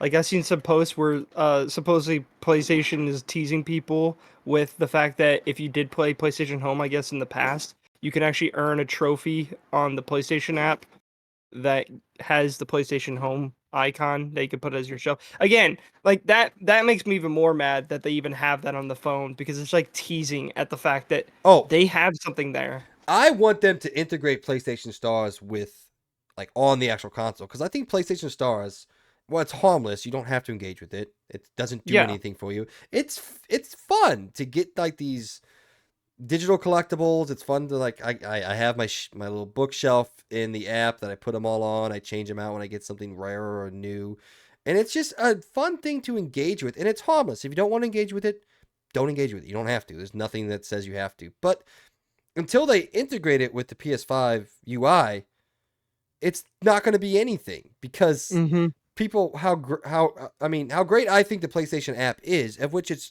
is a legitimately cool app and works really really well. People don't engage with it on a regular basis unless you're like you and me, you know. Yeah. So I don't know, man. Because like this even brings even more of a thing up because like so I know you haven't actually played like PC VR, but on Steam they have a starting menu thing where it has a home environment and you can put all your trophies and all of your games as physicals and you could like they own on Steam, you could put them on the shelf at your home. And I don't know, just it's a cool way to like show off your digital stuff. And then you could have friends over and you could show them the stuff that you've done and everything. I don't know. I just think that shit's kind of cool. I like it. It brings your digital stuff to life, and I like it to be like that. I don't know. Far more interesting. Oh yeah. You got BD and all that. What did I get? I got like did you get the Spider-Man trophy recently? I think that's what I got recently. Oh, if you're talking, by the way, you have it on mute. I did. I was talking the whole time. uh, I don't think I activated. Oh, that's stupid. I didn't start the Assassin's Creed Mirage one, so I didn't get it. That's bullshit. Now I gotta re-download Assassin's Creed Mirage. Why don't these start immediately? This is annoying. This is another thing. Like you have to like open up the app and like start all these things when they just should start and you should just get them. Whatever. Well, I just activated the Spider-Man one, so I should get it. Anyway, we've been stuck on this for a while. Let's move on, man. Yeah, yeah. All right. All right, Netflix trying to get in the games, but they've been desperately trying. And we've got news that they're making more moves. This comes from way of VGC reporting on the Wall Street Journal's report of this. It says, according to unnamed sources, over the next few months, Netflix subscribers will be able to play mobile games based on its hit properties, including Squid Games and Wednesday, while the company is also exploring games based on Extraction, Black Mirror, and its Sherlock Holmes series. I did not know Netflix had a Sherlock Holmes series. However, I neither. even as its first party lineup grows, Netflix will continue to offer popular third party games like like Bloons TD6 and Classic Solitaire, as it has reportedly My discussed. favorite. And it has reportedly discussed releasing a game within the Grand Theft Auto series through a licensing deal with Rockstar owner Take-Two. Netflix began offering subscribers access to a library of mobile games through the Android and iOS version of its app in late 2021.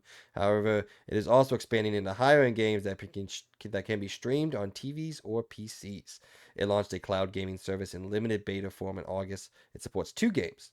The first-party title Oxenfree and Night School Studio, from Night School Studio, and Molyneux's gaming mining arcade game Mining Arcade. Peter Molyneux is still a part of the industry. What the fuck? So yeah, not much to talk about here, other than the fact that have you ever booted up Netflix gaming? I did it once while I was laying in bed once, so I was trying to go sleep. I forget it's a thing all the time. It's very hard to So- find. It's not easy. You have to go. Let me see if I can do it real quick. You have to go on to the mobile app. Yeah, wait, let's see this way. Go on to the mobile app. Netflix. Oh shit, I might not be signed in. Oh, I am. Okay. Oh, no hard feelings is on thing now. Oh, they made it a lot easier. There's just a tab on the bottom to go to games. All right. Wait, tab. What the hell are On you the talking about? on the bottom of the screen where it says home, games, news, my Netflix, it just says games. And yeah, Oh, you can just come in here and you can. They have mine doesn't interactive. show up They have, games. That's weird. wait, your phone doesn't show this? Oh shit. No. Oh. What the hell? The games that's right on the bottom. Yeah, they got interactive story games. They got Shovel Knight Pocket Dungeon on here. Oh, Moonlighter, Dust and Neon, Vikings Valhalla. There's a Narcos game on here. There's a Stranger Things really? 3, the game. Kentucky Route Zero. We know that one. We've heard that one. Yeah. Well, look at this. They have Yeah. exploding. Bro, they got Exploding Kittens the game. No fucking way. Have you ever played the game Oh, Exploding I Kittens? love Exploding Kittens. Yeah, it's so much fun. Oh, here it is. They got Hello Kitty and Friends. All right. My Well, favorite. those of you out there, if you've never checked out Netflix's gaming stuff, they actually have quite a bit, dude.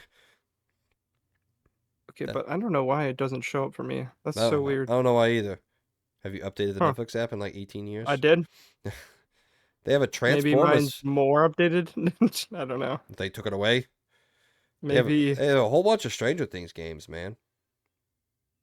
Hmm. Interesting. And then What yeah, if it's you also have a different phone than me, so I wonder. Oh, here we go. Wait. you find it. It's kind of difficult to get to. Yeah. Yep. Huh. Didn't know that. I didn't know No Hard Feelings is on Netflix The now. more That's you cool. know. The more you know. You know. All right. Cartel Wars Unlimited. Oh, it's one of those games. Lame. Okay, yeah, so it's back to the podcast. All Back to right. the Yeah, podcast. yeah, yeah. Oh, we're I gonna forgot find to add this to the thumbnail, not the thumbnail, the timestamps. But Xbox's slate of late October games has been announced. They're pretty good in my opinion. Uh, so on October 19th you can play. Well, on October 19th you got a chance to play F1 Manager 2023. On October 24th you get City Skylines 2 on PC. On October 26th, Dead Space comes to Xbox Game Pass through cloud, console, PC, and EA Play. On October 26th, Frog Ooh, Detective: The Entire Mystery. And then also on October 26th, Minko's Night Market. On October 31st, Headbangers Rhythm Royale. And then on October 31st, the game Jusant comes out. So yeah, Formula One, sweet. That's City Skyline, pretty and good. Dead Space. I don't know much about the other ones. I know a little bit about Jusant, City but Skyline and Dead Space is really yeah. exciting for me. Let me tell Oh you yeah. what, City Skylines though, not I as heard some good as bad things about reviews. it. Yeah. Well, the game is so in depth that they couldn't get it to run well. So and they actually announced a week before the game came out, hey, just letting anyone know there are major problems with this game, but we're gonna release it anyway. And we'll fix it later. Fair enough. At least they let us know. Hey, at So least they're honest about it. yeah, they're like, we cannot right now get it to run well. So we're just gonna release it and figure it out at a later date. So there you go. You can play Dead Space and City Skylines 2 this week if you want to on Xbox I'm Game excited for Pass. Dead Space. Yeah. I'll have to check that out. All right, our last bit of actual news before we get into the sales for September. Trying to wrap this stuff up here quick. Pete Hines has announced that he is retiring from Bethesda Game Studios. Pete Hines, one of the key executives at Bethesda Softworks, announced his retirement from the company. This is what he had to say. Pete Hines, SVP, head of publishing for Bethesda Softworks, announced his decision to retire. Pete's public presence was only a small part of his role at Bethesda, although the way he represented us carried over into the values he nurtured here. Authenticity, integrity, and passion. His contributions have been integral in building Bethesda and its family of studios into the world-class organization that it is today. His vision helped push us forward, and his hard work inspired us. We're thankful for his 24 years of leadership and wish him the best in this next chapter. We will miss you, Pete. Love, Bethesda. Around the same time, Pete Hines also made a statement on Twitter. This is a long one, so hang with me, but I'm going to read it all because he's a big part of video games and a big history of Bethesda, so I feel like due justice is earned. Pete Hines says, after 24 years, I've decided my time at Bethesda Softworks has come to an end. I am retiring and will begin an exciting new chapter of my life, exploring interests and passions, donating my time where I can, and taking more time to enjoy life. This was not a decision I came to easily or quickly, but after an amazing career culminating in the incredible launch of Starfield, it feels like the time is right. This is certainly not goodbye by any means. My love of Bethesda and its people has never wavered, and I will never stop being part of this incredible community we have grown. Thank you to the hundreds and thousands of fans I've gotten to meet and talk to over the last 24 years. Your energy, creativity, and support has been such a big part of my journey. I look forward to experiencing the next part of the adventure alongside you. Working with the amazing people, teams, and studios at Bethesda has been the greatest experience of my life. I'm incredibly proud of everything we have done together, and I'm genuinely excited to see the amazing things they will create next. Love you guys all. Sincerely, Pete Hines. So, just like we did with Mr. Jim Ryan, regardless of how we feel about you personally, if you are an integral part of this industry that we love, we feel like it is our due justice to give you your time in the spotlight. So thank you, Mr. Pete Hines. You gave me some of my favorite RPGs of all time. You also gave me my most disappointing RPG of all time, but it doesn't matter. But yes, you have been an amazing driver of video games throughout the past 24 years of your career, and we will miss you dearly. Right off into the sunset. I guess the star set. That didn't work. I thought it would work. It didn't play. Right off into the stars. And enjoy your life, Mr. Pete Hines. Thank you so much. Mr. Birdman.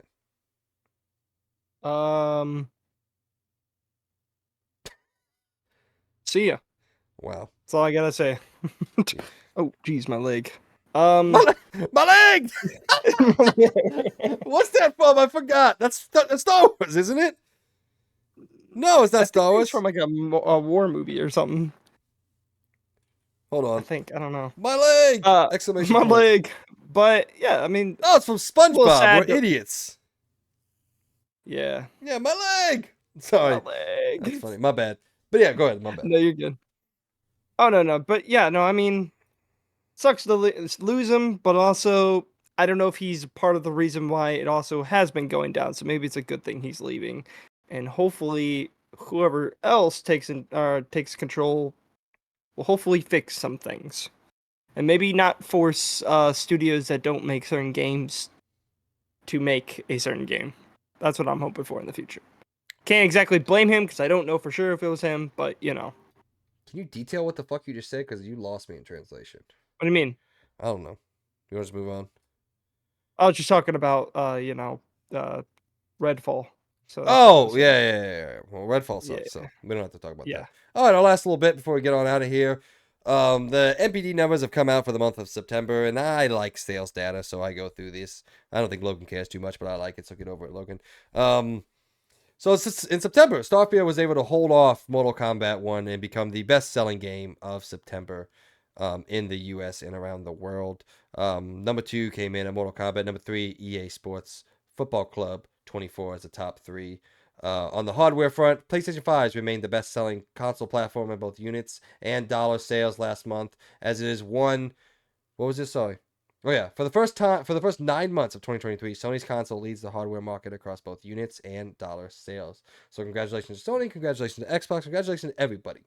The whole list is like this. Number 1, Starfield. Number 2, Mortal Kombat 1. Number 3, EA Sports Football Club 24. Number 4, Madden NFL 24. Number 5, Payday 3. I'm sorry for those of you who bought that. Number 6, NBA 2K24. Number 7, The Crew Motorfest. Number 8, Armored Core 6. Number 9, Hogwarts Legacy. Number 10, Call of Duty Modern Warfare 2. Number 11, Star Wars Jedi Survivor. Number 12, Resident Evil 4. Number 13, The Legend of Zelda. Number 14, Minecraft.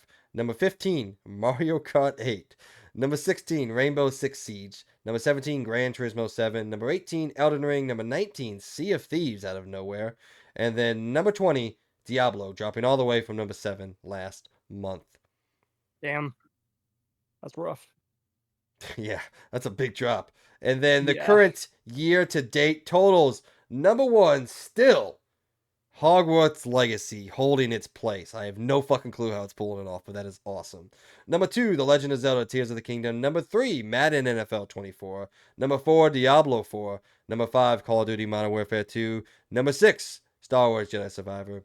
Number 7, debuting Starfield. Number 8, Mortal Kombat 1. Number 9, Resident Evil 4. Number 10, MLB The Show 23. Number 11, Dead Island 2. Number 12, Final Fantasy 16. But it didn't sell well at all, did it? No. Number 14, EA Sports Football Club 24. Number 15, FIFA 23. Number 16, Armored Core 6. Number 17, Elden Ring. Number 18, Remnant 2. Number 19, Dead Space Remake. And number 20, it's not going anywhere anytime soon, Mario Kart 8. Jesus Christ, dude. How's that still... Man, hey, you know what? Dead Island 2 again, man. Yeah, dude. I can't believe it. I'm so You happy know, for him. You know. it's impressive. Well, Still funny that like that's probably one of the most well optimized PC games too that came out this year. what's funny That's depressing. and what I'm so proud of is, guys, Hogwarts Legacy is still beating The Legend of Zelda: Tears of the Kingdom, Madden NFL, Diablo 4, and Call of Duty Modern Warfare 2. Yeah, that's insane. That's fucking wild. That game sold so well, and it's not even on Switch yet. It will be Yeah, on it's Switch very coming shortly. out in November for the Yeah, Switch. that is insane. Now, here's the big question, Logan: Who takes the crown in October? Mario or Spider-Man? That's a tough one. Uh, I'm gonna have to say I think Mario takes it, but it's gonna be close. Sadly, I have yes. seen a lot of Spider-Man I stuff think out there. sales wise, yeah, I think it is gonna beat it. We'll beat it in critical Because reception let's too, be by honest, one dude, point. man, Nintendo games. I don't Well, think you Mario understand, man. A games. lot of those games, all of them, dude. Even I think even Zelda outsold a lot of the PlayStation games this year, and I think even Zelda will still outsell Spider-Man 2. Well, to be fair, we haven't had any PlayStation game. We've had one. It's Spider-Man, and I guess True, technically you can yeah. say Final Fantasy 16, but it's a third-party game. I guess I kind of count it, but I also kind of don't. But yeah, man, super, super, super cool. I love looking at sales stuff. So another shout out to PS5. It's still ripping through its fucking console units, man. That thing is that thing's a train that you can't stop right now. It feels like, regardless of what they do and how much they fuck up, it's just not slowing down. So cool, cool, cool for them. All right, that's all the news we got for you, man. We're gonna get out of here pretty quickly because guess what? I gotta go swing around New York. But before we get out of here, ladies and gentlemen, it's time for Let's Talk Reviews. Last week was a big release week, and we have a bunch of games to talk about. Some good, some bad, some awesome. Sonic Superstars on PS5 and 4, Xbox X and S, Switch and PC got a 75. Wizard with a Gun got a 75. Both those are your games, aren't they?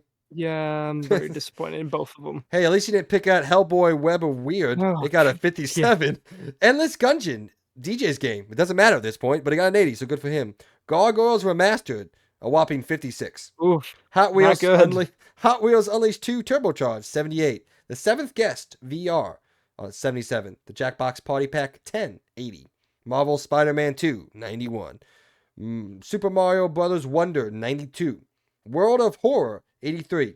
And then the infamous Skull Island Rise of Kong. I could find Dude, one review on this game, and it was IGN, and they gave the game a 3 out of 10. dude. I think a lot of people are saying this might be actually the worst game this year. It Oh yeah, might just be because Gollum. no, Gollum actually is a video game that it, even though it's shit, it feels like people generally try to make something of some quality. This game, dude, have you looked up videos? I, I haven't actually watched gameplay on it, but I've seen screenshots, and that was enough for me to understand. Because I remember we talked about this like a while ago, Yeah, yeah, and I just yeah. remember how bad it looked. And from what I could tell, it's worse. No, even worse. You can spend $15 to get the deluxe edition, and you know what you get with that deluxe edition? What do you get? You get skin packs for Kong, and you get a digital art book for Oh my god. $15. Here's what IGN had to say about the game. It said Skull Island Rise of Kong is ugly and full of bugs. But the real trouble is that at its core, it's just plain boring. It makes no meaningful attempts to do anything new or clever with mindless combat and pointless platforming that make it feel like a worse version of every action game from the last 20 years. This isn't the kind of bad game you can play to laugh at, or that took some cool swings but missed them, or that creates weird combinations of technical snafus that lead to unexpected but entertaining results. It doesn't even rate enough. Sorry, it doesn't even rate enough to be called frustrating. Rise of Kong is fundamentally disinterested in itself, a giant ape game that doesn't even care about what it's doing to make the ape feel giant. I watched Dude, a 45-minute video. I'm looking at the pictures right now on Steam. Dude, Look at the deluxe edition or whatever they Why call it. did they even sell them the license for this shit, dude? Or I'm really, really hope to God they did not pay them to make this game. Cause oh my God, dude, this is like the biggest spit in the face to Skull Island Kong. Which, by the way, movie's great. I love the movie. I thought it was really, really Dude, the good. MonsterVerse right now is so fucking cool. I love it. I haven't seen any of the other ones really, so Oh, I haven't well, even seen Kong versus Godzilla either. oh But my I god, just it's know so I good. love Skull Island a lot. So, but yeah, this game looks fucking awful. Like this looks like literally a PS2 game, probably even worse than Um, that. And it I think that's even disingenuous to PS2 games because it just looks bad. Like it's bad. I watched a 45-minute gameplay walkthrough of this thing just I because of. really want to watch gameplay because I haven't watched any gameplay for Oh, this. you I've should. just seen the screenshots. That's it. I'll send you a link to the video that I watched. It's funny. Ugh. Because the guy like takes a genuine attempt at like finding out if the game's worth anything, and it's just not. Yeah. And like he says in the video, at least Gollum felt like there were people that genuinely tried to make a good game, they're just not good game developers. Like they gave a genuine attempt to make something good, and this game just seems like they didn't fucking try at all. Like there was no effort. $15 for you can have Kong be white. The fuck, man. All right, let's get out of here before I get angry. You don't want to see a redhead angry. It's not pretty. All right. Out this week. This is where we go through the games that you get a chance to play this week if you are so inclined, or you can just play Spider-Man 2 and enjoy your life that much more. On October 24th, City Skylines 2 comes out on PC. Metal Gear Solid Master Collection version 1 on PS5, Xbox Series X and S, Switch, and PC. The Lord of the Rings Return to Moria on PS5 and PC. On October 25th, Stray Souls on PS5 for Xbox Series X and S and PC. Mortal Kombat Onslaught on iOS and Android. I think there was a holdover from last week. I forgot to delete it. Anyway, on October 26th, Battle Cakes PC, Dave the Diver on Switch, Frog Detective: The Entire Mystery on PS5 for Xbox Series X and X and Switch, Ghostbusters: The Rise of the Ghost Lord on PSVR 2 and Quest, Miniko's Night Market on PS5 for, and I kid you not, this is the only thing that was listed, Xbox One. On October 27th, Alan Wake 2 on PS5, Xbox Series X and S and PC, and then EA Sports UFC 5 on PS5, Xbox Series X and S, and PC. The game you're looking at, I'm pretty sure, isn't that like that strategy game? No, it's No, it's like a survival game in Lord of the Rings where you play as the dwarfs. Um, could be cool. I've heard I don't some know. pretty good things about it, so I don't know. All right. Well, Logan will let you know Hmm. next week if he enjoys that game or not. We're gonna go ahead and get the I don't hell. think about that, Go but ahead and get the I hell got out of. plenty other things I need to beat right now. Well, ladies and gentlemen, this brings us to the end of our show. Everyone who has been watching or listening, we just want to take this time, as always, and thank you from the bottom of our hearts. Without your support, we could not do what we're trying to do here at the Experience Point. But please help us to continue to grow by telling everyone out there that you know who has the slightest appreciation for all things pop culture, that they have some new friends waiting to talk all sorts of fandoms with them. We would greatly appreciate it. Mr. Birdman, any last words? Thank you guys for stopping by this episode. Hope you guys enjoyed our ranting, but also I hope maybe we could have either sold you or not sold you on Spider-Man 2. I don't know. Hit us up, let us know down in the comment section down below. I just fucked that up. I know I did. But other than that, also, if you guys like the MetaQuest 3 or if you have any questions for me about it, just also uh, send a comment down below, and I'll try to reply back. But yeah, I hope this was a pretty good week. Can't wait to talk more about Spider-Man. Hopefully soon, me and Mike will beat it. Not too soon because I don't want to beat it super fast. And yeah, we'll have maybe a review for once. It's been a while, but I would love to have another review again. It's been kind of hard lately. So other than that, see you guys in the next XP podcast. Once again, thanks everyone for listening and following along with us. This has, in fact, been another episode of the XP Podcast brought to you by all of us here at the Experience Point. I hope everyone has a great week. And if you like what we're doing, stick to the XP Podcast. We'll see y'all next week. Don't burn the eternal fire. Flame. Lame. See you guys.